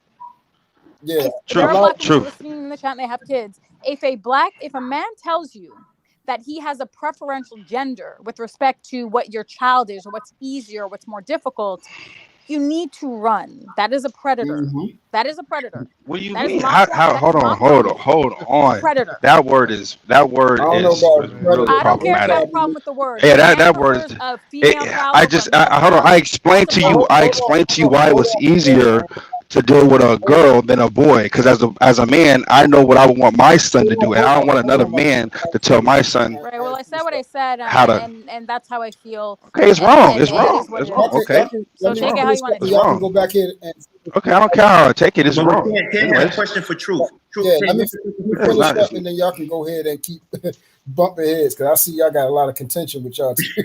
I don't know what's going on, but The words have meaning. So the people, I find it like, I guess, you know, the so-called manosphere is very hypocritical because everybody claims to be a leader, but the fact of it's either you're a leader or you aren't. And if you are a leader, it's not that hard to step in that role to want to accept that challenge. Like, it wasn't hard for me because that's who I am. I'm a leader by nature. And see, when they say, yeah, I lead this man, I do this in the community, but that young boy that you're saying that you're going to reject as a single, because the mom is a single mom and you don't want to deal with that, he needs leadership. He needs mentorship in order to become the future. You feel what I'm saying? she got uncles. She got uncles. She got fathers. Yeah. She got cousins. But let me ask you. Let me ask you this Hold question, on. You Truth. gotta let me finish. You can't be cutting me off, man. Okay, my All bad. right, thank you. So all of those, and this is my perspective. You know, whatever your perspective is, that's not going to change mine. I'm not here to change yours. I'm just telling you how I approach things as a man. This is how I carry myself, my G. You feel what I'm saying? So I believe that when it comes to these women, our expectations should not be coming in there expecting them to build us up because they're in a position of weakness already before they got there. You need to be in a position to come in there and step in that role and be that strong figure, or do not choose that. Because all you're going to do is make that situation worse. I did not come in that situation to bring her down. I came in there to help build her up and help her become a better woman. And also, I came in there to be that missing link for that child because his dad was in jail. He didn't have a father figure to be there with him, hands-on and intimate with him, and showing him how to be a man and showing him how to make strong decisions and be organized and be structured. He didn't have that. And then when people grow up, this is the things that they missing. And then we want to look at people and point the finger and say, oh, that person's problematic. That person, they didn't have what others have that grew up a lot more structured and that make bad decisions. They needed these things. So we need to start having a mindset to come in there and say, yo, it's either I'm going to be here and fulfill that role or I'm not going to deal with that. And I'm going to let a man come in there and fulfill that role. Tan, you had a question. Truth, you done? Yeah.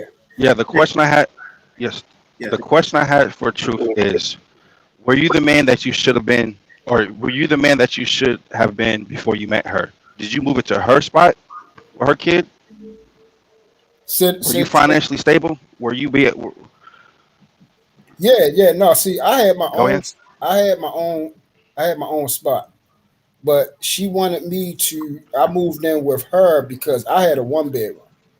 You feel what I'm saying? She had 2 for a child, so she said, you know, come on over with me. We already established here with me, so I moved in with her.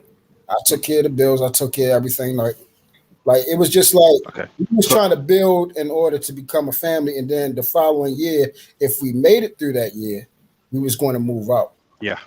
Go ahead. Okay, so you had a plan, and she still respected you as a man, even though you moved into her spot and whatnot. Yeah, because I took care of all the bills. Okay. No, but okay, but got you. what's Got you. hold Hey, on? that's all I had to. Yeah, and it also depends on what like type this is, and this is what I'm saying. I don't know. I think I might be having this conversation with the wrong people. But when you're getting into, you keep cutting people off, so we can't really finish conversations. He said what he said. You said what you said. But when I wasn't done. I wasn't done. So here you go, assuming that I was done. You should have been. And you done, just cut me God. off. But what I was going to say, how you gonna tell me? You need to have some women on here who have. Girl, you unruly for real. Like, I'm come sorry. on, man. You know what? You're right. I'm sorry. You very unruly, man. Like for real. The dude in the comments, whatever his name, David O. Oh boy, you don't know me from a can of paint, shorty. You don't know right. me. And truth, Watch your mouth. Truth. Can I say something? I want to say something to Truth, and I want to say something. Can I finish my statement? Because can I finish my statement, Truth, please? I gotta stop getting on this computer thinking y'all tough. Hide behind the computer. No, but I want to say something to Truth because it's important for context. And I want Truth and Tristan, because Tristan has that experience where he stepped into the role temporarily. But I want you to recognize how interesting it is that you'll have Black men in the community that'll go around, they'll chastise stepfathers, they'll chastise mentorship, they're going to chastise and degrade your leadership. And this is what I'm saying, like, Black men need to pick a lane. Pick a lane. These are the same Black men who have a problem didn't have a daddy growing up. That's the honest truth. So I don't understand, like, I don't understand the mindset and the pathology, the worldview. Honestly, this is a community that is so devoid of leadership and mentorship. And when mentorship is insight, when it is there and it's tangible, then you're going to have a group of men calling you a beta, calling you a simp, calling you this, calling you that. Yeah, males who don't know what it means to be a man. Because if you know anything about being a step parent, you have to be a man. Those are clowns. They say somebody's a beta or a simp because somebody's stepping a role, but their daggone mother was the ones fucking with these babies. Hold on, true, brother. I don't like to cut you off, baby. Why you resorting to violence? No, niggas starting early this year. I don't play them again. But why would you say that, man? Look, straight up. Can I ask a question? Like these niggas would not say that. Like they would not say that. You know? They would not say that. Can I just? Their whole grill would be gone. Real talk. No, but Truth. This is what I want you to acknowledge, though, Truth, and I want you to I want any man, and you have to, I'm speaking to men, not males, any man to take away from the conversation that you're not accepted in the Black community. You're repelled. Like there's an underlying disdain for stepfathers, and it's wild because the absentee rate in the community is exponentially high. It's so high. Like you can't. That's make because sense they selfish. Can I say something? That's please? Because they selfish. They never done nothing for nobody. True. Alicia, can I say something, please? Rico. The floor talk all day, bro. Go ahead, Rico. Okay, all I want to say is this, Annalisa, I feel you on the stepfather thing. I've done it twice. I'm burning on that shit. Okay, I'm with you there.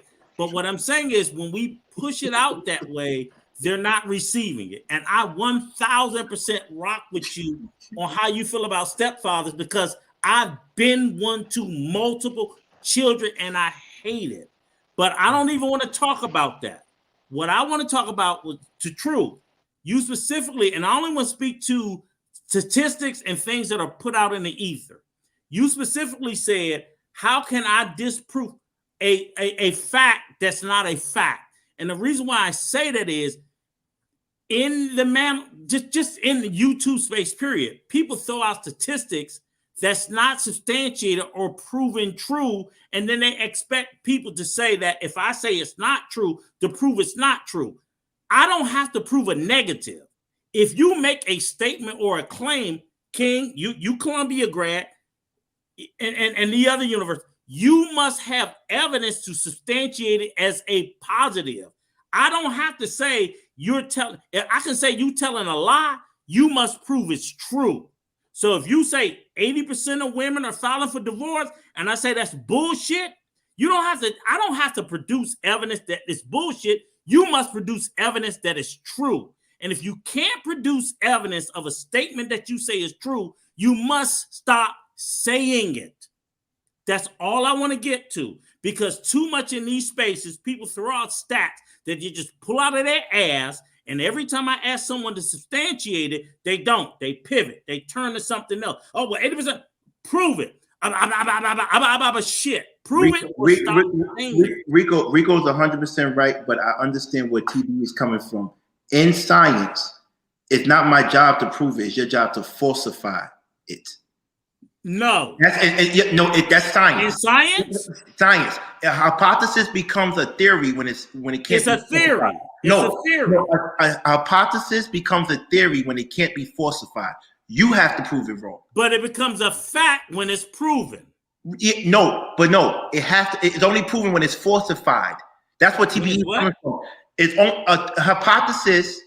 It only becomes a theory when it cannot be falsified. So TBE is 100% right. Right, when it's falsified, unless it's falsified. No, unless it has to be it cannot be falsified. King, that's a law. It's 3 steps. Huh? Right. Come on, let's talk about how we get to this space. That's what I'm saying, because people are just throwing shit out in the ether, right? And people are taking it as fact, because we done got all the way to fact. We ain't got to hypothesis. We ain't got the theory. People are gotten all the way to fact, and fact is proven after it's peer reviewed, it's tested, and all that. And I don't know. 80%. This 80% is not factual. No, this is 8th grade science. It's you can't get around that, Rico. You have to fact. 80% is fact with no proof or no evidence. You have theory, no peer review. You have to falsify it. That's why anybody can say anything. That's why everybody can say any opinion. You have so if I just sit there and push back against it, it's falsified. No, you giving your opinion until and you have to show that like that. So how does it land into the realm of fact? Well, because they have the Census Bureau. Hold on.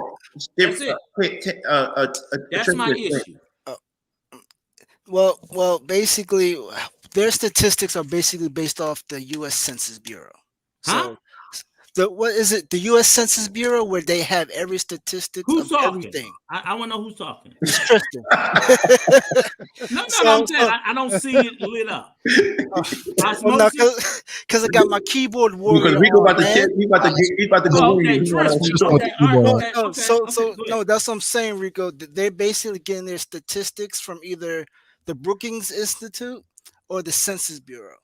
The Brookings Institute is a right-wing talking point, and the Census Bureau does not correlate the data for fucking divorces. But I can tell you that it's also been the longest-standing think tank in the world, so they have that reputation. Excuse me, the census does not correlate the divorce statistics, so don't say the census. You can go with the Brookings Institute, which is a skewed study, but you cannot say the census. They do not correlate divorces. That is a state function. But you're saying correlate divorces to what? Who files for divorces? Rico, how do you prove that? No, we didn't. But did anybody say about who files for divorces? Yes. Oh, I'm sorry. I must have missed that part. The claim is 80% of divorces are filed by women. Rico, how do you say that's not true? They're going off that stat from the beginning. It's unverifiable, is what I'm saying. You can't prove it. It's not, because it's going by from the inception of that law where it says, was it no basis divorce, something like that? It's unverifiable, is what I'm saying. I'm not saying it's wrong. I'm saying it can't be proven. And because it can't be proven, it can't be tossed out as a fact. That's all. Well, Rico, let me ask you a question. Right. Yes, sir. Rico, can you get an answer to something if you study one subject on the matter, and then you can give a honest fact on why they do this because of this study right here? What I'm trying to say is most men don't break up with girls. We normally stay in relationships. Sir, we're not the one breaking up anything. That is wildly false. Most men do. Most men don't file for divorce. Most men will constructively end a marriage, but they will not file for the divorce, which is just an administrative step. So you just admitted that 80% of women file for divorce now. No. You just admitted it. Exactly. You just admitted it. I admitted that most women will administratively file. Are we really arguing the fact that what's women the problem? divorce I don't understand what the correct, what's the. Are we arguing that? No. What happened? What we're arguing is people making up fucking stats and throwing them out to be proof when there's no evidence to support or substantiate it. Okay, I agree with that. I don't know what the stat after numbers is. After numbers, women divorce. It's more women out here divorcing men. We don't know whether it's more women or more the reasons why that's not even a question. Like marriages break. That data is trackable data. That's tracked. Yes. So who cares who's filing, who's not filing? Why are they filing? Because they use it. Okay, so that now, Anna, that's use a different. it as a Now method that's to a different. attack What's the that? other sex. Now that's a different conversation, Anna. If you want to go into the reason why. Thank you. No, I agree, but is that what is? Are we now? Has the topic now changed? No, like, no, that's Nah, it was just a side convo. That's what I'm saying. It was a 30-minute lunch break. Yeah, that's what I'm saying. This is a 30-minute lunch break we just had. It happened because I said something. I didn't put no numbers to it, but I said something definitively, and then TBE told Rico, "No, you have to prove it." And I said TBE, and I said TBE. Okay. If you're going by scientific, the formula, and Dante agrees with me, you have to falsify. I don't have to prove anything. That's why Dante said you on mute. Go ahead. No, I mean, oftentimes when we have these podcasts, we have these discussions, and I notice that well, the question I have is then what standard should we use, Rico? Oftentimes when we wait, one second. What standard should we use? What standard? What percentage would be sufficient for you in reference to any? Is it 80%, 50%, 30%? What standard should we use? Especially if it's towards a change, a dynamic change. Not reform, but change. Have a standard? How could you have a standard? I'm sorry. Hang on, Alicia. Well, one second. Rico, what standard would be best for you think? Well, in my opinion, I don't think we should be using that statistic at all. I think that's a wildly flawed statistic to even introduce into the conversation. And that's the only reason why I push back on that statistic, because even if it was 100%, hypothetically, I'm not predisposed, 100% of divorces are filed by women. No way can we say we believe that the constructive end of all marriages is 100% the cause of women. Okay, no, so let me finish, Annalisa. Let me finish, Annalisa. So the only reason why I say that is you're introducing a statistic that's wildly skewed and completely irrelevant, even if it is. Okay, well, Rico, what's the better one? Can I finish? If you're gonna let me finish. And the only reason why I say that I have a problem with this because it sets a tone. You're creating a narrative that while I do think that there's enough reason to push back on women in the divorce, let's be honest about it and not just pull shit out of our ass that just paints a false narrative, because whether they're 80%, 90%, or 100% is irrelevant. Let's talk to the truth rather than just men and their ego. Okay, well, it's not irrelevant because you have to establish the problem. You guys understand you're having two separate arguments. Exactly. That's what I keep saying. You're not having the same argument. You're having That's what I keep saying. On the one hand, you're saying women are initiating divorce, but on the other hand, you're saying, well, no, men are unilaterally deconstructing a marriage. So what's really initiating that the wasn't divorce? a conversation. Exactly. Two different conversations to be had, but why that wasn't a conversation that I was Why are we? So we're gonna now talk about why they're initiating divorce. Okay, let's talk about that. No, Annalisa, you're 100% right, because I never mentioned anything about divorce. I said something. That's what I said. Hold on. Hold on. I never mentioned anything about divorce. I said something, and then TBE said whatever I said. I'll go replay it and look up for tomorrow. But TBE says no. He doesn't have to. He doesn't have to do anything. You have to falsify it. And based on science, that's actually right. So, but anyway, with that being said, I want to say two things. We all know that statistics, more statistics than lies. And we also know that correlation doesn't equate to causation. Right? So with that being said, that if you think like that, then we can't use anything. But that's not objectively true. There is validity to at the end of the day, that's data. What it is. There is always statistics. One at a time, please. That's there. First of all, the one thing I'm sure we can all agree with respect to statistics is there are no absolutes, but there is validity. There absolutely is validity. So it can be applied. But are we having a conversation about why women are getting divorced? Like, what's the conversation? Because no, that's not the this conversation's expiring. Yeah, the conversation still sticks to what we're talking about. We're gonna let Dante speak, and then after Dante speak, we're gonna ask the data engineer, Tristan, who's on top of and Alicia. What are the stats that he's pulling up right now? No, I'm just looking. We're talking about single moms, right? No, we're talking about dealing with single women with children. Single moms. Right. So the stats you have up there, Tristan, what are those stats? No, this is just the divorce stats, but I'm looking for specific genders or sexes, basically. Right. So that's just it at the moment. So are you going to send it to everybody in the backstage so everybody can see it? It's right here on the screen. So I'm just looking. When I find it, I'll let you know. No, it's not. I don't even think it's relevant. Why is it relevant? Have a conversation next time around statistics and divorce and marriage. Like, let's just kind of keep it moving. And Alicia was talking about earlier. I want to make sure. Do we agree that in the Black community, being a single father is chastised? I mean, being a stepfather is chastised. Yeah, it is. Majority. It is. And that's what. And that is really. Yes, it is. It's ironic. It's hypocritical. It's really reprobate. It's asinine. It makes absolutely no sense.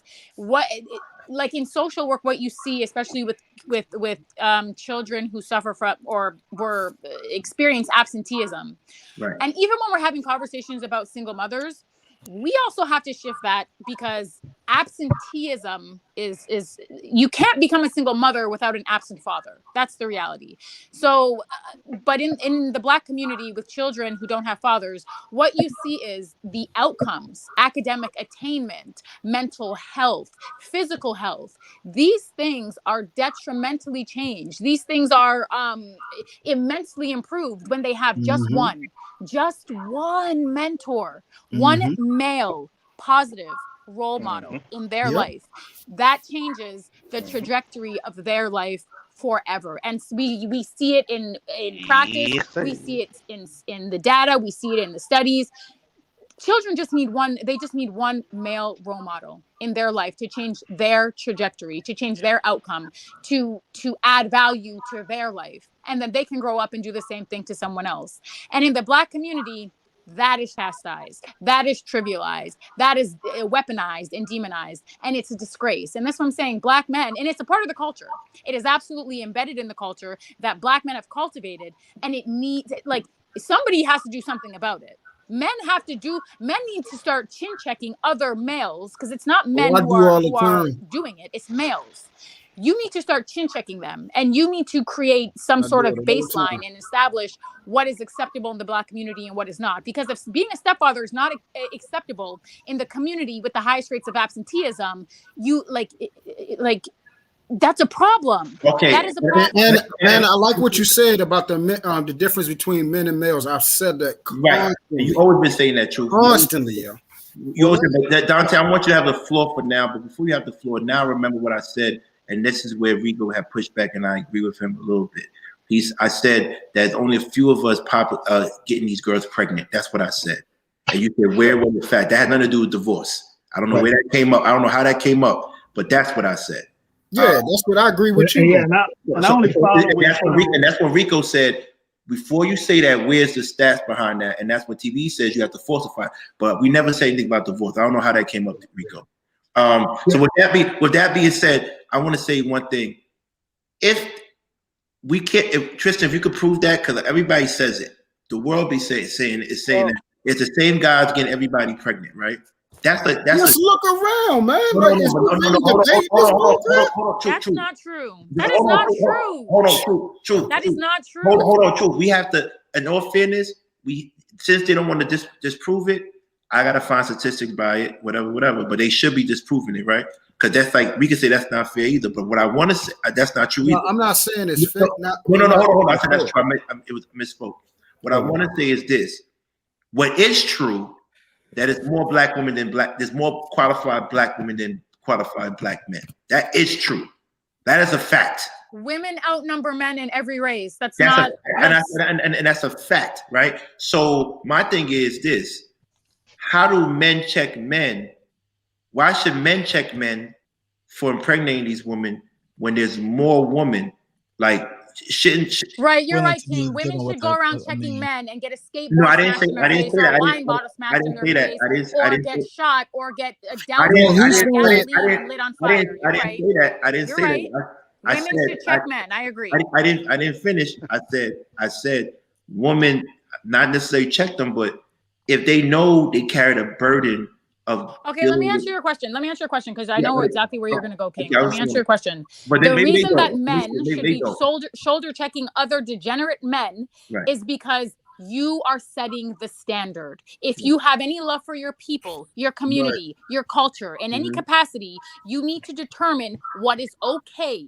What is the baseline? Well, what is the foundation? If you think that pump and dump culture is okay, then guess where the Black community is going to be in 50 years? Permanent underclass status. And Lisa, that's right. You're headed for permanent underclass status. And Lisa, I don't know if you heard what that's why I want to finish the question. I think Dr. Highlander heard what I said. I said, why aren't women checking women for dealing with those type of men? But hold on. Women are dealing with those men, but the men are dealing with the women as well.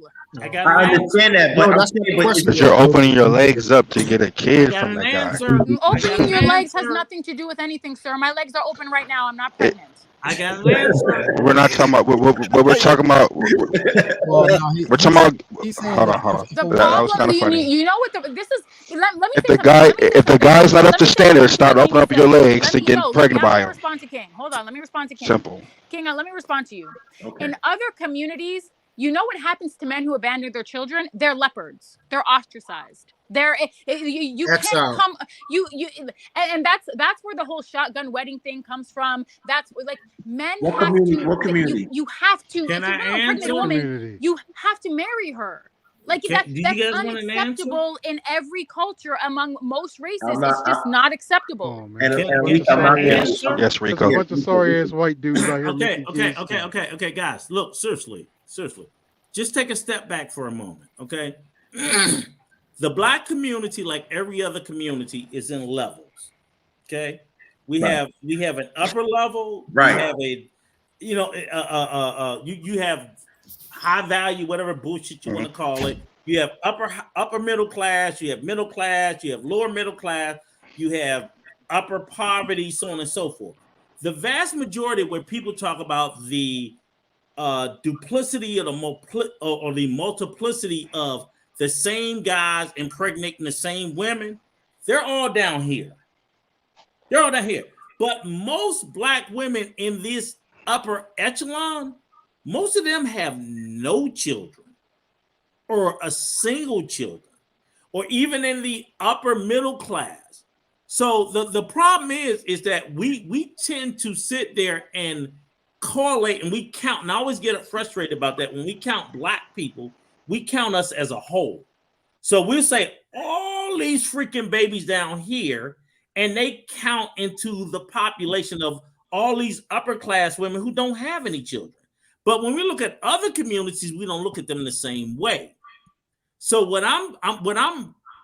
my proposition is that yes, if y'all want to sit there, and I think it's some BS to say all the Pookies and Ray Rays are in. No, the Pookies and Ray Rays are populating and reproducing with Pookie and Ray Ray level women.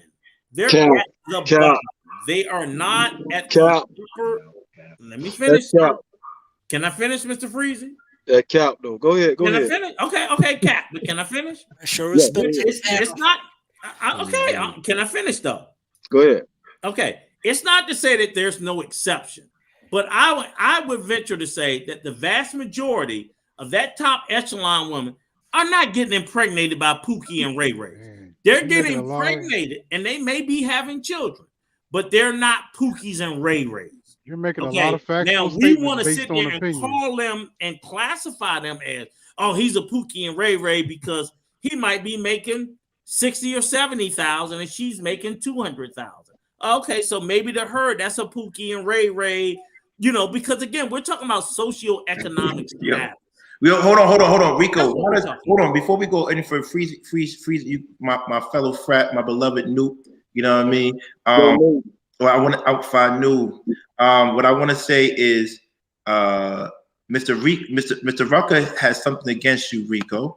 I know you don't care what the chat says. You made that very clear. He want to be in my will. I ain't mad at him. I love him. He want to be in my will. I keep telling him he can beg and flirt all he wants. I'm not putting him in it. Okay, that's Rucker Duck. That's my boy. I love him. Yo, that was funny, Rico. He wants to be in my will. But here's the thing: is all I speak to is we know that socioeconomic statuses run a spectrum. It's not like people here at $20,000 a year are mingling with people at $200,000 a year and so on and so forth. So you can be at a level, you could be one level up and you could be, they'll call it slumming with a level down. If I'm 300,000 and I'm messing with somebody that's making 80,000, that's considered slumming. They'll look at it. Rico, let me chime in, Rico. Go ahead, sir. Go ahead, Mr. Freezy. Okay. I know. I see you created this level scenario, but what make you think a dude that's making like $100,000 can't be a deadbeat? I understand that. He can. I agree with that. Okay, but I'm saying like you're trying to make it seem like this has something to do with a financial situation. It ain't got nothing to do with the financial situation. It's got something to do with a character situation. Feel what I'm saying? I said socioeconomic level. People of a certain socioeconomic. If you're at Martha's Vineyard, you deal with people. King, if you're at Martha's Vineyard, you deal with people Martha's Vineyard. You don't deal with people like me or you, Mr. Freezy. I'm gonna just keep it real. Man, it's a lot of. Let me tell you something. It's a lot of those. Like you said, those upper echelon women you talking about, they dealing with Pookie and Ray Ray, bro. They is. No, not a lot. Listen. They dealing with the dude with the goals and the money and the cars. And they dealing with these guys. I acknowledge that there are exceptions to Come on, man. Y'all, that is not true. But that is objectively not not the norm. That is not true. Wait, hold on, frat brother. Hold on, Rico. That's my frat. I want to ask my frat brother a question. When you say dealing, are you saying having sex or marriage? They fucking these guys. Huh? They fucking these guys. They getting clapped. Okay, but is that different from marrying? Yeah, it's totally different, but you still can have a kid. You feel what I'm saying? You still can have a baby. Life in the world. But all I'm saying is, I'm not even saying that there are not exceptions that people from one socioeconomic class cannot. We know that there are exceptions. There's always been exceptions. If a woman could be at the bottom, but if she is a stone cold baddie, got the banging body. Hold on, Rico. We had 75 likes and we had 105 people at one time. And everybody, let's just chill. Because what happens is, that's all I'm speaking to, Mr. Freezy. You just think about it. Let's just chill. Hold on. The lights gotta come up. The lights gotta come up because that's the reason why we as black men don't take responsibility. If I can't get the lights to get up, how you expect me to change the situation in our community? That's crazy. That's not funny. That's not funny. You should really be advocating on behalf of actual problems, not the likes. That's how I keep going. That's how I keep. Man, get your likes up. And Elisa, can I get my likes up, Elisa, please? Can we just joke around for a little bit, please? Okay, let me say something because I don't even know. Like, there's so much circular logic going on. I don't really understand where this conversation is going. But if we're talking specifically about the Black community, what I will say is, based on peer review data, what I will say is Black women specifically, they date and marry down. And it's because Black men are not as educated or employed as Black women. So there's like you said it earlier, King. You said that there are more marriageable Black women or well-to-do Black women than there are Black men. So if you're dealing with a class of women or a race of women who are race loyal, who want to engage in a same race relationship, she's going to date out of the pool that is available to her. And what is available to her is Black men who are of a lower socioeconomic status, lower than her own in some cases. And what studies have shown is what ends up happening is she ends up marrying into poverty and not upward mobility. Other races, what you see, the trends that you see among other races and cultures is that women are marrying up. They marry across and up. Black women are marrying across and down. And it's not necessarily a choice. it's it's available, it's availability, it's proximity. And it's also, Black women have always been extremely race loyal. They've always been like, that's just the history of Black women. So yes, that is absolutely the case. The more that Black women are divesting and marrying out, the better their socioeconomic strata becomes, the better the relations with children become, the better outcomes the children have, so on and so forth. These things are all tracked, and these things are, you guys can all Google it and look it up. This is what's happening. This is why Black men need to choose to do better. Black women need to choose better. Black men need to choose to be better. Man, You're listen. the least you make the least amount of money. You need to do better. Well, okay, one question, and we're gonna get the likes up, because that's how I pay the bills. I gotta get the likes up. So what I want to say to Lisa, I want to ask you one question. This is by Loveboy Lenski. It's a statement. Do you think it's 100% the Black man's fault? What are we talking about? Yes. I mean everything right now. Do you think it's 100% the Black man's fault? What? No. What are we talking? What are we talking? We talked about a million things. Like, well, okay, but every time we talked about things, you came back to the Black man's. Okay, but can I tell you why? Can I tell you why? Absolutely. Because we live in a patriarchal system. Okay, makes sense. But no, hold on.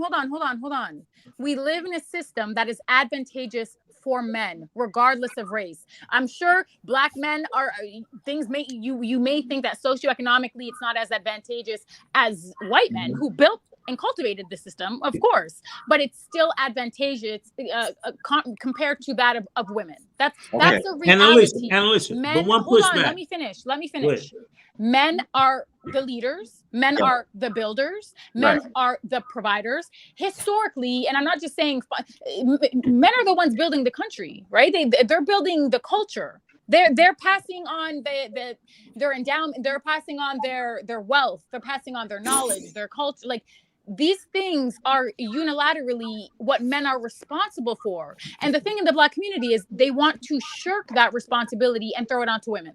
And then you have a group of women who now have to be responsible as men and women, right? I just want to say one thing. That part I agree with her on. Let me finish. Let me get this thought out, because I have to go. I don't know where this conversation is going anymore. The thing that you see in the Black community, and it's unique in the Black community.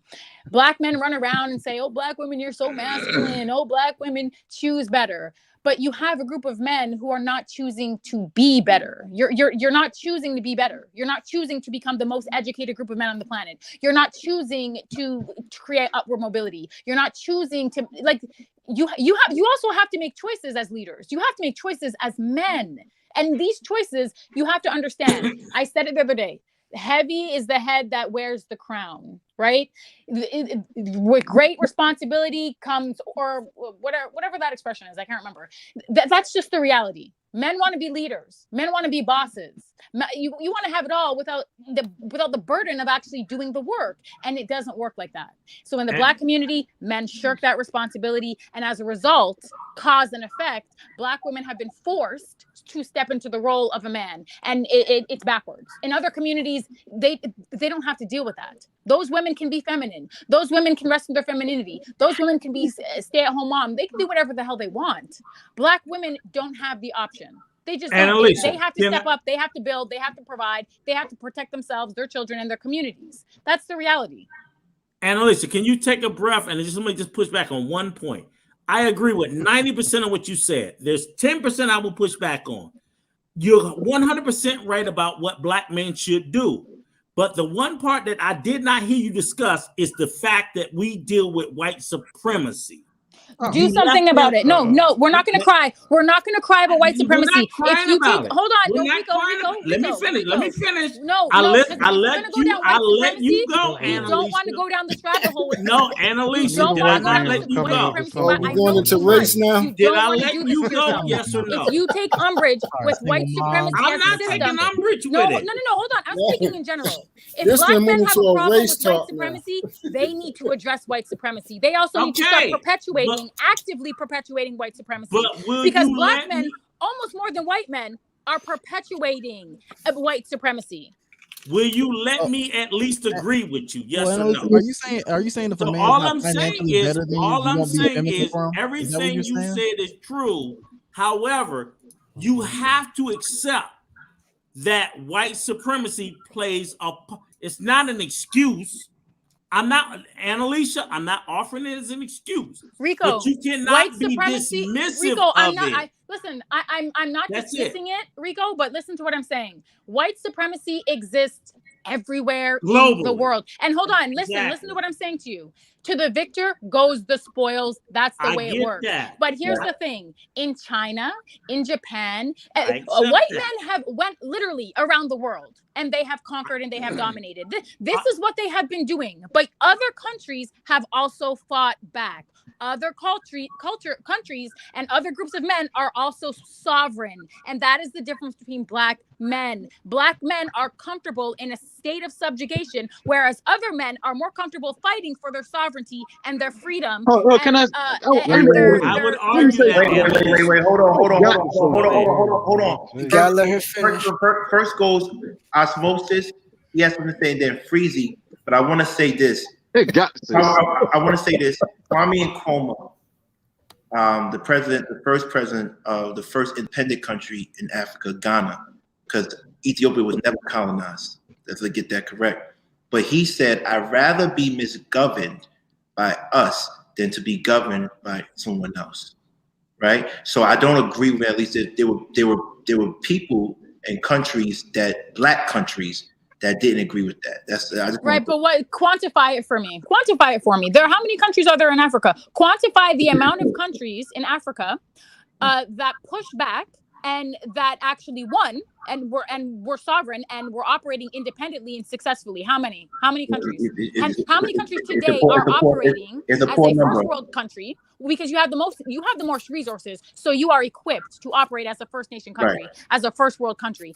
So quantify it for me. Right, you're absolutely right. The numbers are extremely low, but I want to say one thing: it wasn't due to solely to white imperialism. It was more so due to the fact that we as people decided not to stick together. So no. It wasn't we as people. It was men as men not deciding to fight back. You have. And what about the women who chose welfare and food stamps and free government housing? Other groups of Come on, men, man, we can go around in circles. You don't understand the war that other countries and other groups of men have seen.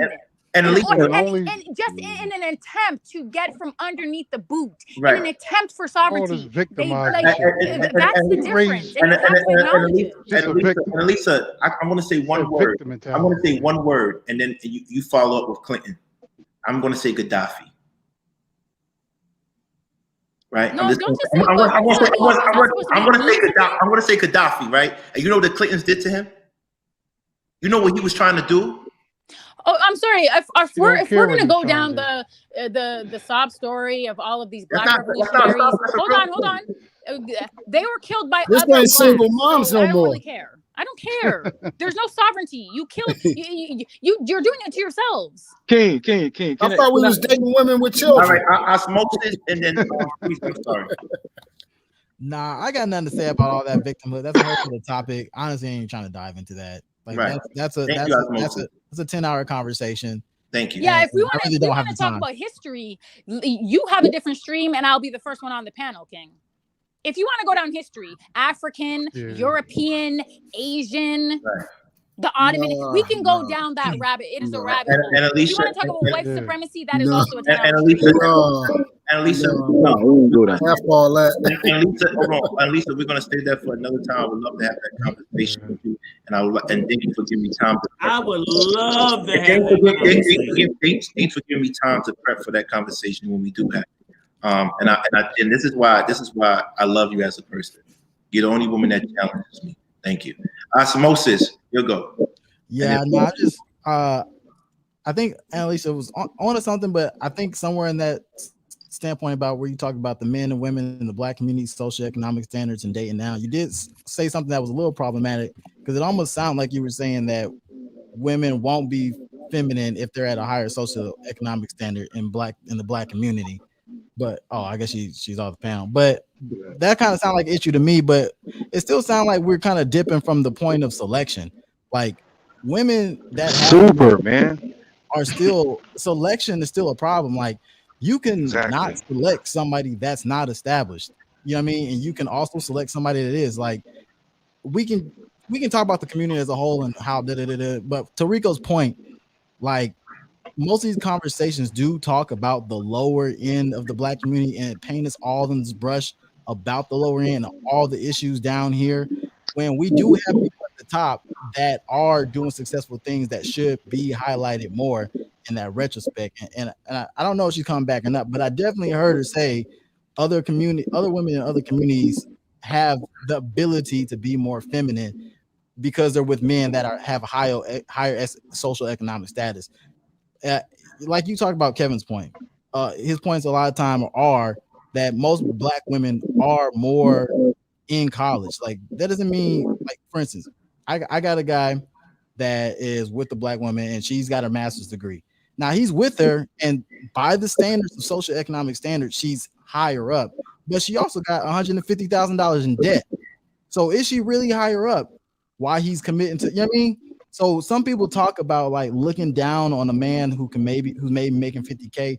But if we start getting social and economic, we talk about net worth and stuff. She's really broke, you know, master's degree or not, you know, graduated or not, how you want to feel about it, you know, and we're not even tacking on if she's got a car payment, you know, tack another 50K, all these things. Like she's really broke. Somebody else's kid, which we started with. So, you know, it just kind of seemed like we start kind of looking down on the Black man in that aspect when, again, we talk. That's not gonna happen. Multiple men. We're not gonna do that. Yeah, that's what it turned into. Well, that's what it turned into. But like I said, we start talking about selection. Well, you can tell the venom she had towards us, so we're not gonna do that for real. Well, I put the energy and the batteries in the back. But well, you know, the way she only zeroes in on the Black man is problematic. She doesn't hold a woman accountable. I haven't heard her hold women because accountable. she counsels young Black girls. Well, I and did. When you do that, all you hear is the victim side. And you hear their side of the story. Let me tell you that's something. what she hears. So that's what she projects toward us. That anger of hearing those girls. That's all I hear. All day. That's all I hear is anger. And let me tell you something. Just from a man with no kids, let me tell you something. I'm dating a woman right now with a child, and you know, you can call me a stepfather. But let me tell you something.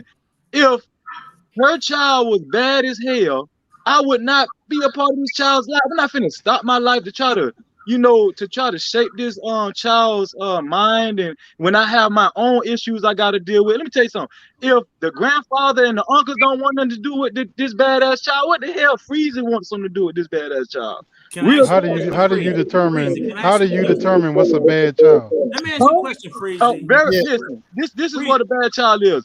Very disrespectful. Does not listen. Disobedient. Very just a lot of those out here. Freezy, can I ask you a question? All bullshit aside. I ain't got to deal with that. No, Freezy, let me ask you a question. You've never been a stepfather before, correct? I'm a stepfather now, but this child is obedient. Sir, obedient. I'm trying to ask you a question. You've never been a stepfather before, correct? I'm a stepfather now.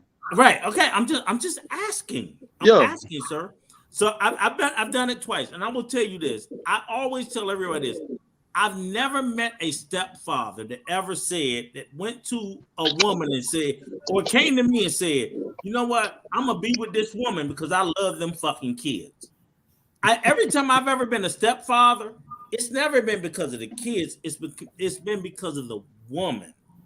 I've been so connected to the woman that I was willing to take on that responsibility. So if what I'm saying to you is, that's a good point. Your relationship with that woman, does it warrant you to say? So you don't give a F about the kids. I'm willing to. I'm not saying you don't give a F about them. I'm saying, can you put this in there quick? At what age are you talking about you were at? And now I don't. Who, me? Yeah. When you're talking about the that first situation. time I did it, I was like maybe 26 or 27. Because the first time I got married, I was 20. I was 20 years old, got married, had 2 kids. Yeah, no bullshit. No bullshit. I'm not making this shit up. I'm 57 years old. I was 20 years old. Oh, so you was married, went into the military, 90s. 6 years Rico, listen. Me not having kids is a luxury. You understand? Yes, Listen, I hold on, agree listen, with listen. you. Me not having kids is a luxury, and this is what Annalisa doesn't understand. She needs to hold women accountable. Those women don't got this lay down with Pookie and Ray Ray or all these other guys and be Mr. fucking all the time Freezy, and what opening I'm their trying legs. to tell you, Stop opening your legs. Stop Mr. fucking. Freezy, Stop Mr. making all these Freezy. damn kids. No, Mr. Freezy, I'm trying to tell you this. Just because you don't have any kids does not mean a woman with kids is gonna kiss your ass because of that. You I'm don't. not saying you should That's accept my I don't think whole that's what he's point. saying though. No, That's not what he's saying, Ray. gentlemen, let me finish. I'm not even telling you to deal with that woman and her kids. I'm saying you only deal with a woman with kids if you feel like that woman is worth it. If that woman ain't worth it, fuck them kids. Those kids have nothing to do with the equation. You don't understand. You don't understand what I'm saying. Kids. Oh, all right. Well, look, Rico. No. What you're saying? This ain't for me. Rico, what you're saying is leaning towards what Annalisa was saying. Hold on. What you're saying? Absolutely. No, I'm saying what you're saying is leaning to the point that Annalisa was saying about preying on single moms and feeling like a lot of points in the black manosphere is kind of come to the point of like, since you are a single mom, you need to kiss my ass. Essentially, that's what she was talking I'm about. saying I don't think she said that. No, that's Go ahead, Osmosis. No, I'm just no. saying, I don't think she said that. No, what are you talking about, Tank? Go ahead. I mean, I think we can look at it a lot different of ways. what the black. Hold on. We can look at it different ways, fellas, though, too. I mean, I didn't give my 2 cents or give my story or whatever. I have a daughter that's 27. She'll be 28 this year. And when I met her mom, she had a daughter, but she wasn't with her. But the first time I met her daughter, she was 2. She was 2 years old. She was in another country. She was coming to America. And the first thing my daughter said to me was Dad. That was the first thing she ever said to me. And she's never called me by my first name or Mr. and my name. It was always Dad. And from that moment, to me, I kind of held it as something sacred, right? Just because of the way she looked at me. Because in all actuality, it was a first for me and her mom. You dig what I'm saying? Now, there were some things that I call typical in reference to raising a child that you might deal with, bullies, you might deal with going to visit the school, stuff like that. Those things were typical. We had a child together. But I will tell you, there was a long-term benefit on pro, since we were kind of talking about the list for a minute. And the pro for me was, as she got older, it was becoming a woman, becoming a peer from that standpoint. And it started to shift from manager to consultant. It was seamless almost. You know what I'm saying? It was seamless almost. Again, with certain things that were typical, you're going to get some bumping here and there. But I think it had a lot to do with how I looked at it. And she made it a little easy. And I think I had a lot to do with how I reared her or helped rear her when she was a child. You understand what I'm saying? But the day that her now husband came to me on a hot ass August afternoon in a suit that looked like somebody from Napoleon Dynamite to ask me for her hand in marriage, then everybody, all her friends that come around, they never call me by my first name. They all call me Mr. or Uncle, and they call my wife Auntie. I fucking love you, Dante. I love it. I'm telling you, that shit resonates. It resonates. They can tell when you don't like them. They can tell, and it affects their well-being, believe it or not. A child can tell when you don't care for them. You're not genuine with them. So exactly. Me being a type of man, and I also felt some kind of kinship too because of how I grew up. I grew up in like foster care, you know what I mean? So I kind of felt something there. But she's an amazing adult. She's a teacher, special ed. She cares for animals. She fosters animals. She's a real good adult, and I'm proud of her. Whether she went to college and she's a millionaire or not, she's a good person, and that's what I kind of like look at. Can I say something? And that's my 2 cents. You got to be Dante. and take yourself out of the loop. I love you, Dante. That's real shit. That's what I was trying to say. I couldn't have told that story better. Can I That's say all something? I was trying to say, Mr. Freezy. It's personal. No, I think that's It's detrimental. personal. I'm That's usually it. talking from the point of a 30 and under. I think it's detrimental for like that's all cool in the connections. Like I said, dealing with a single mom on my end as a young man that was building his wealth and getting stuff, Exactly. that connection is actually a negative in the sense of when y'all are both not mature and you're dealing with a single mom and you're under the age of 30 and you're trying to like you're just out here getting it. That connection with the child in my situation was like, I'm trying to leave you because this is not working, but I'm trying to be as being a solid man. I'm not trying to do this child dirty. So Exactly. I'm kind of working Yeah, things you out. just said it. You wasn't mature. Yep. You just said Yeah, it. exactly. But that's why I'm coming from the standpoint of if you're under 30, I don't suggest dealing with the single mom for those reasons because that connection with the child, if you're not established, can be more detrimental to your growth to being able to get somebody on that path later on. Well, So I agree with you. Maturation doesn't go with age, bro. It goes with experience. Let me say this. We're saying on the chance of probability, someone that's younger is going to be less mature. It doesn't have to be with age. Well, but let me say this because my mom and I, we didn't have the best relationship. Hold on. One more thing. Sorry, Dante, to cut you off. I didn't say this, but somebody made a good point. When she leaves the panel, let's refrain from talking about her, right? Because she's not here to defend. Just like even when Rico leaves the panel, let's not talk about Rico. If Dante leaves the panel, let's have it. They're not here to defend themselves. Just practice that. You feel me? Thank you. Yeah, what I was kind of getting to is being introspective, kind of like looking at the child. And one of the things I always said as my daughter was growing up, even after her mom and I broke up, that we should have an agreement that anybody that enters in her life, both our child's life and even my son's life with my wife now, they should have their best interests at heart, right? Because we're building a community like that. And I shared this before. One of the things I love about my wife is that when she first got here, she built that community, not just in America, globally. We've been to France and Africa, and she knew people that lived in a certain place, and we going to their house to stay the night, and we had somewhere, to stay or eat or whatever. But again, it's taking myself out of the loop. And the rewards long term, not immediate, but the rewards long term, some of my words there, it will be greater. Where was she from again? Think of it that way. Where was she from, sir? My wife is what country did West she? Africa. Okay, yeah, she's not American black. Okay, that's totally different. But then again, I my daughter's Jamaican. Yeah, that make a difference. So you have traditions. That make a big difference. How I looked at it, and it kind of also goes to the whole image thing, because in reference to how the black community as a whole looks at stepfathers, I could care less. Right? I could care less. It speaks to the way of, if you decide that you're going to be a step parent, you come into a relationship where obviously there's another parent that existed before you. You just know it. It's like, when I met my wife and her daughter, it's like, yeah, she got a father. I have to accept that.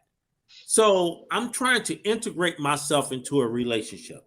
And like you said, osmosis, that's very true. When I was in my 20s, that's different to when I was in my 40s. Because when I was in my 40s, I knew a different type of conversation to have.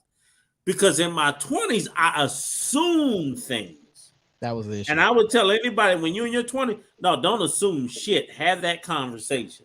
Have that conversation about child rearing, discipline, everything. That's the when point. I was in my People 40s, Rico, let me ask you a question. Yes, sir. Most of these relationships with single moms are usually younger people. Is what I'm saying. Yeah, I mean, and that's true because that's what I was trying to explain earlier. That's why. Go ahead, Mr. Tan. Yeah. Go ahead, Tan. Get your question. Hey, Rico, was the pressure on you when it came to dating her and she had a daughter, or the question I'm trying to ask is, do you think there would have been more pressure on you if she had a son, as you being a young man? Do you think there would have been a different pressure on you if it was a daughter and a son? Okay, and I'll be honest. I'm glad you asked that question because that's a very serious question. Be honest, please. That's a very serious Please question. be honest. It's a very important question. I'm saying being a black man, okay, and I was a single father with 2 sons. I didn't want to go into a relationship with anybody with daughters. I didn't because I was afraid. I had a daughter outside that was raised by her mother, but I never raised her because it's different. You know, it was just different. So when I met my second wife, she had 2 sons. That was easier for me, and I was in my 20s. So when I met, was it because you had 2 sons already? Yeah, I had 2 sons from my first wife. So I met my so did you not? Go ahead. So let me ask you this: so did you not want to go into anything? I mean, did you not want to go into something else if she had a daughter because you had sons? No, I didn't. And we know how some of that. I didn't want to go into something that had daughters, not because she had sons, but because I had because you had sons. No, because I had no experience, and I just didn't feel comfortable.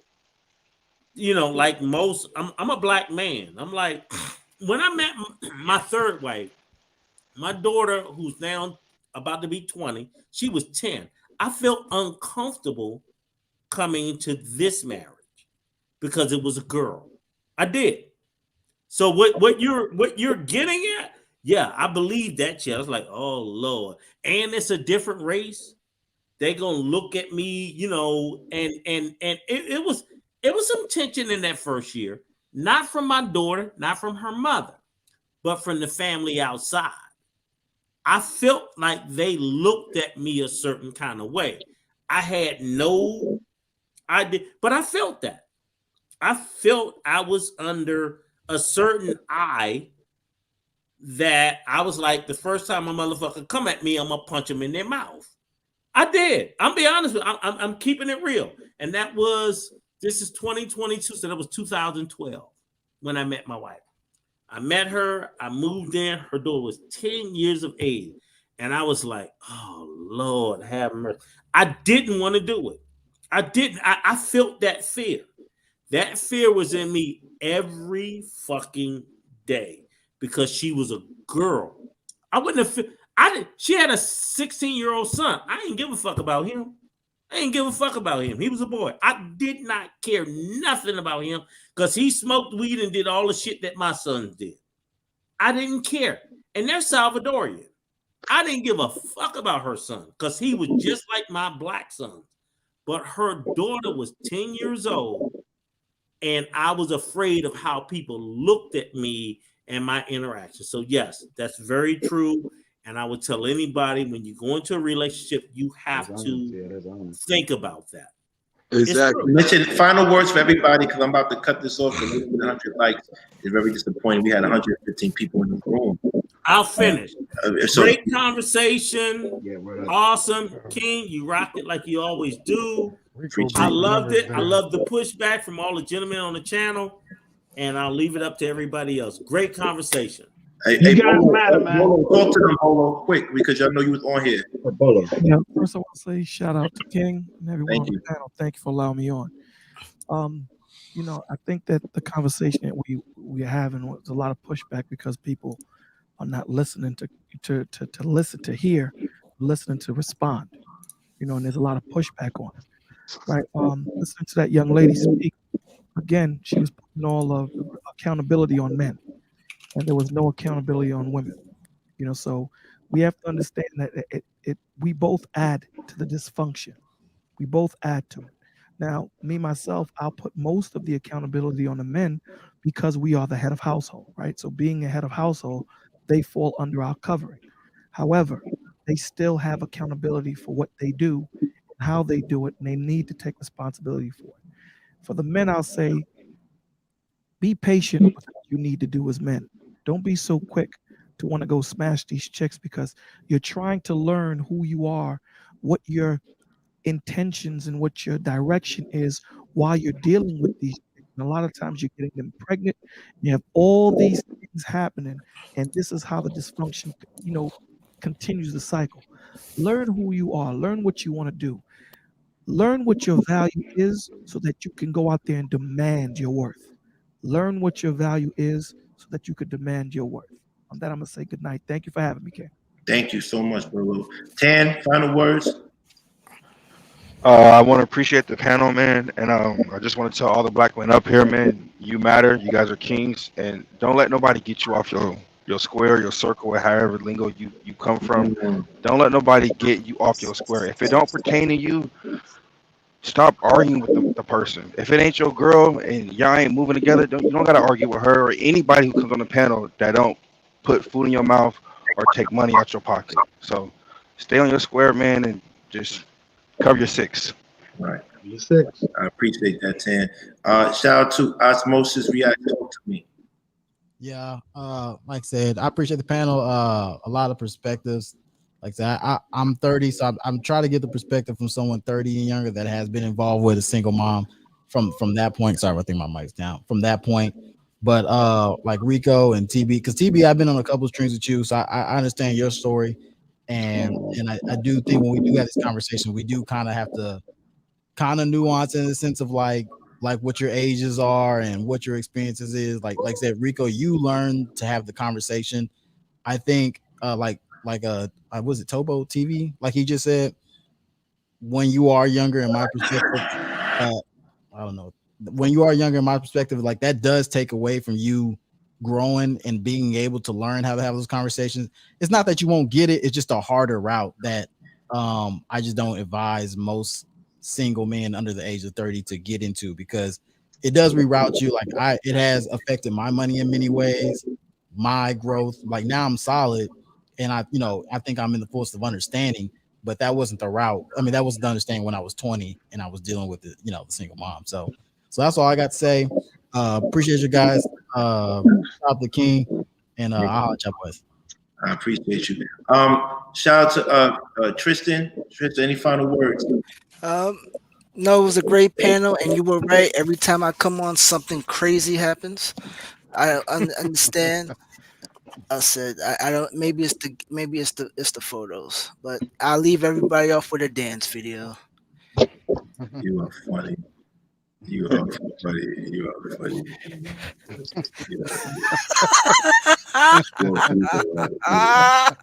Yeah. With that being said, shout out to Frizzy Crap Brother. Talk to me. Any final words? Man, thank you for having me on, man. But I just want to say that we can't forget a lot of these guys that we're trying to be stepfathers. A lot of them have biological kids of their own, so they first need to start taking care of their own kids first. And then another thing is, let's stop. I'm not talking about Annalisa. I just want to encourage her for another option. Another option is, instead of encouraging stepfathers, let's encourage Black mentorship, male mentorship in the Black community. You know, it don't have to be a stepfather. We can create male groups, male leadership groups for these kids. You know what I'm saying? I don't always have to step into a stepfather position to, help lead these young boys and girls. That's all I want to say. But hey, get the lights up, man. Get the lights up, man. I didn't say that in a long time. I got to get up this bougie stuff and get back to get the lights up. But definitely, I ain't gonna front. Frizzy, you have a high level of maturation. You're one of the mature men. I think I'm immature. I ain't helping nobody kids unless I'm beating it. But that's just me. That's just me. It's just me. I gotta mature. I'm still growing. I ain't mad at you, man. Right. TBE, Trucking, any final words? Because you've been patient towards the end. I think all night. You got fed up. You was like, man, I ain't saying nothing no more. Yeah, I was a little fed up, but I didn't want to talk about somebody who's no longer on the panel. We're not going to do that. That's what I get in the chat. And I respect that. Thank you. Yeah. But I thought all night we were holding a conversation about two different groups of people. The women in their 20s that are out here popping out kids like crazy, not taking any responsibility for their bodies. The men that they're letting do it that are not taking care of those kids. So you can't be a stepfather in that realm. Like, it don't work. Then everybody else was talking about maturity and holding the conversations. The people in their 20s don't hold that conversation. That's part of the main problem that's wrong with the Black community. As you get older, in your 30s and 40s, you can hold those mature conversations about being a stepfather, about how we're going to raise these kids, about how I'm going to be involved in their life. But when you're in your 20s, you're just worried about getting ass. You're not worried about that woman's kids that are in the back room while you're in the front room trying to smash. You're not worried about that. Right. You know what I mean? So we was holding two different conversations. And what I was saying, that I got lucky. I found a woman in her early 20s that was mature, and we grew together. Right. That's why I heard. She put her hand in my back, and she pushed me in the right direction. I already knew which direction to go. I just didn't know how to get there. You said that. You said that. You know what I'm saying? So that's what I was trying to explain, is that all these young girls are out here are not like that. They're not like that. These young men out here are not like that. So yes, we need to have mature men and women becoming stepfathers and stepmothers. But if you thinking that you're going to get 20-something-year-olds to get on the same page, like, it's not going to happen. There's a lot of toxicity. There's a lot of sexual relationships that end up producing kids. There's a lot of love. Well, a man is in love with a girl just because of where her body looks, her ass, titties. Next thing you know, he done knocked her up and got her pregnant. You know what I mean? There's two different kinds of conversations, but I want from now on, King, if you have a conversation about marriage and about, I don't know what topics you're going to have coming up about marriage, but you need to have some women on here that have been married or who are married and not coming from it such a bitter point of view. You know what I mean? Because it comes through to all of us. And that's what we be talking about in the comments and saying so much about, is that you can hear there's no love there. There's no love for black men coming out of the voice of some of these women. And you don't need to hear that, bro. You're trying to get married. You need to hear from people that are married what to expect. You need to hear from women that are in love. So you know from a real woman's perspective of what that is and what that feels like. That's all I gotta say, man. Thank you, TB Trucking. I appreciate you. Thanks for coming up. We really do appreciate that. Right. You know, I was talking spicy enough. You know, I was gonna end up camming up at some point. Your man called me out in the chat, so I hurried up, pulled the brakes. I'm on the side of the highway right now. I got to get ready to move. Yeah, I see how we get rid of the chat. So I was like, man, I'm glad we got him up there. I appreciate you, man. Yeah, man. All right, drive safe out there, please. All right, bro. Take it easy. Dante Henry, final words. Man, just good job, man. Good job. I like what you got going on. I think this dialogue here and the start of it is the start of the conversation, is the start of the movement, or at least a movement. So just keep doing what you're doing, man. Thank you, Dante. Appreciate y'all. Be blessed, man. All right. 100. 100. Tan, thank you so much, man. I appreciate you. Okay, we get married 2023 February. I respect that. Check this out. Everybody, do me a favor. Continue to voice your opinion. My platform is for those people who want to have their opinions heard and who also want to come to a place where it's going to be challenged. Yes, we do have to work on how we deliver it and respect others. I have to work on that myself. But we're never going to have these conversations or get to an understanding if we don't talk. That's what Conversations with King is about. So no one should feel silenced. Please continue to say what you say, mean what you say, but also apply what you say, because people are watching you. And people are always going to attach the message with the messenger. I know the nice thing to do is not attach the message to the messenger, but that's what people do. I can't talk about I love my community if I don't help my community. I can't talk about all the gang members, young kids do something positive if I wasn't a gang member, or I wasn't in an environment of a gang member, or I didn't have love for gang members to do better for themselves and stay out the streets. We want everybody to win. At least I want everybody to win, because I'm winning. I want everybody to be better than me. Not me, but better than me. Because I'm always going to be trying to reach my zenith. So please continue to have a beautiful night. Thank you for coming out. This is a great conversation with King. And I will see you tomorrow for Queen's Court. It's going to be an amazing show. Ladies, bring your Kleenex. Men, bring your Kleenex and your notepad, because you're going to learn a lot about women tomorrow. Thank you.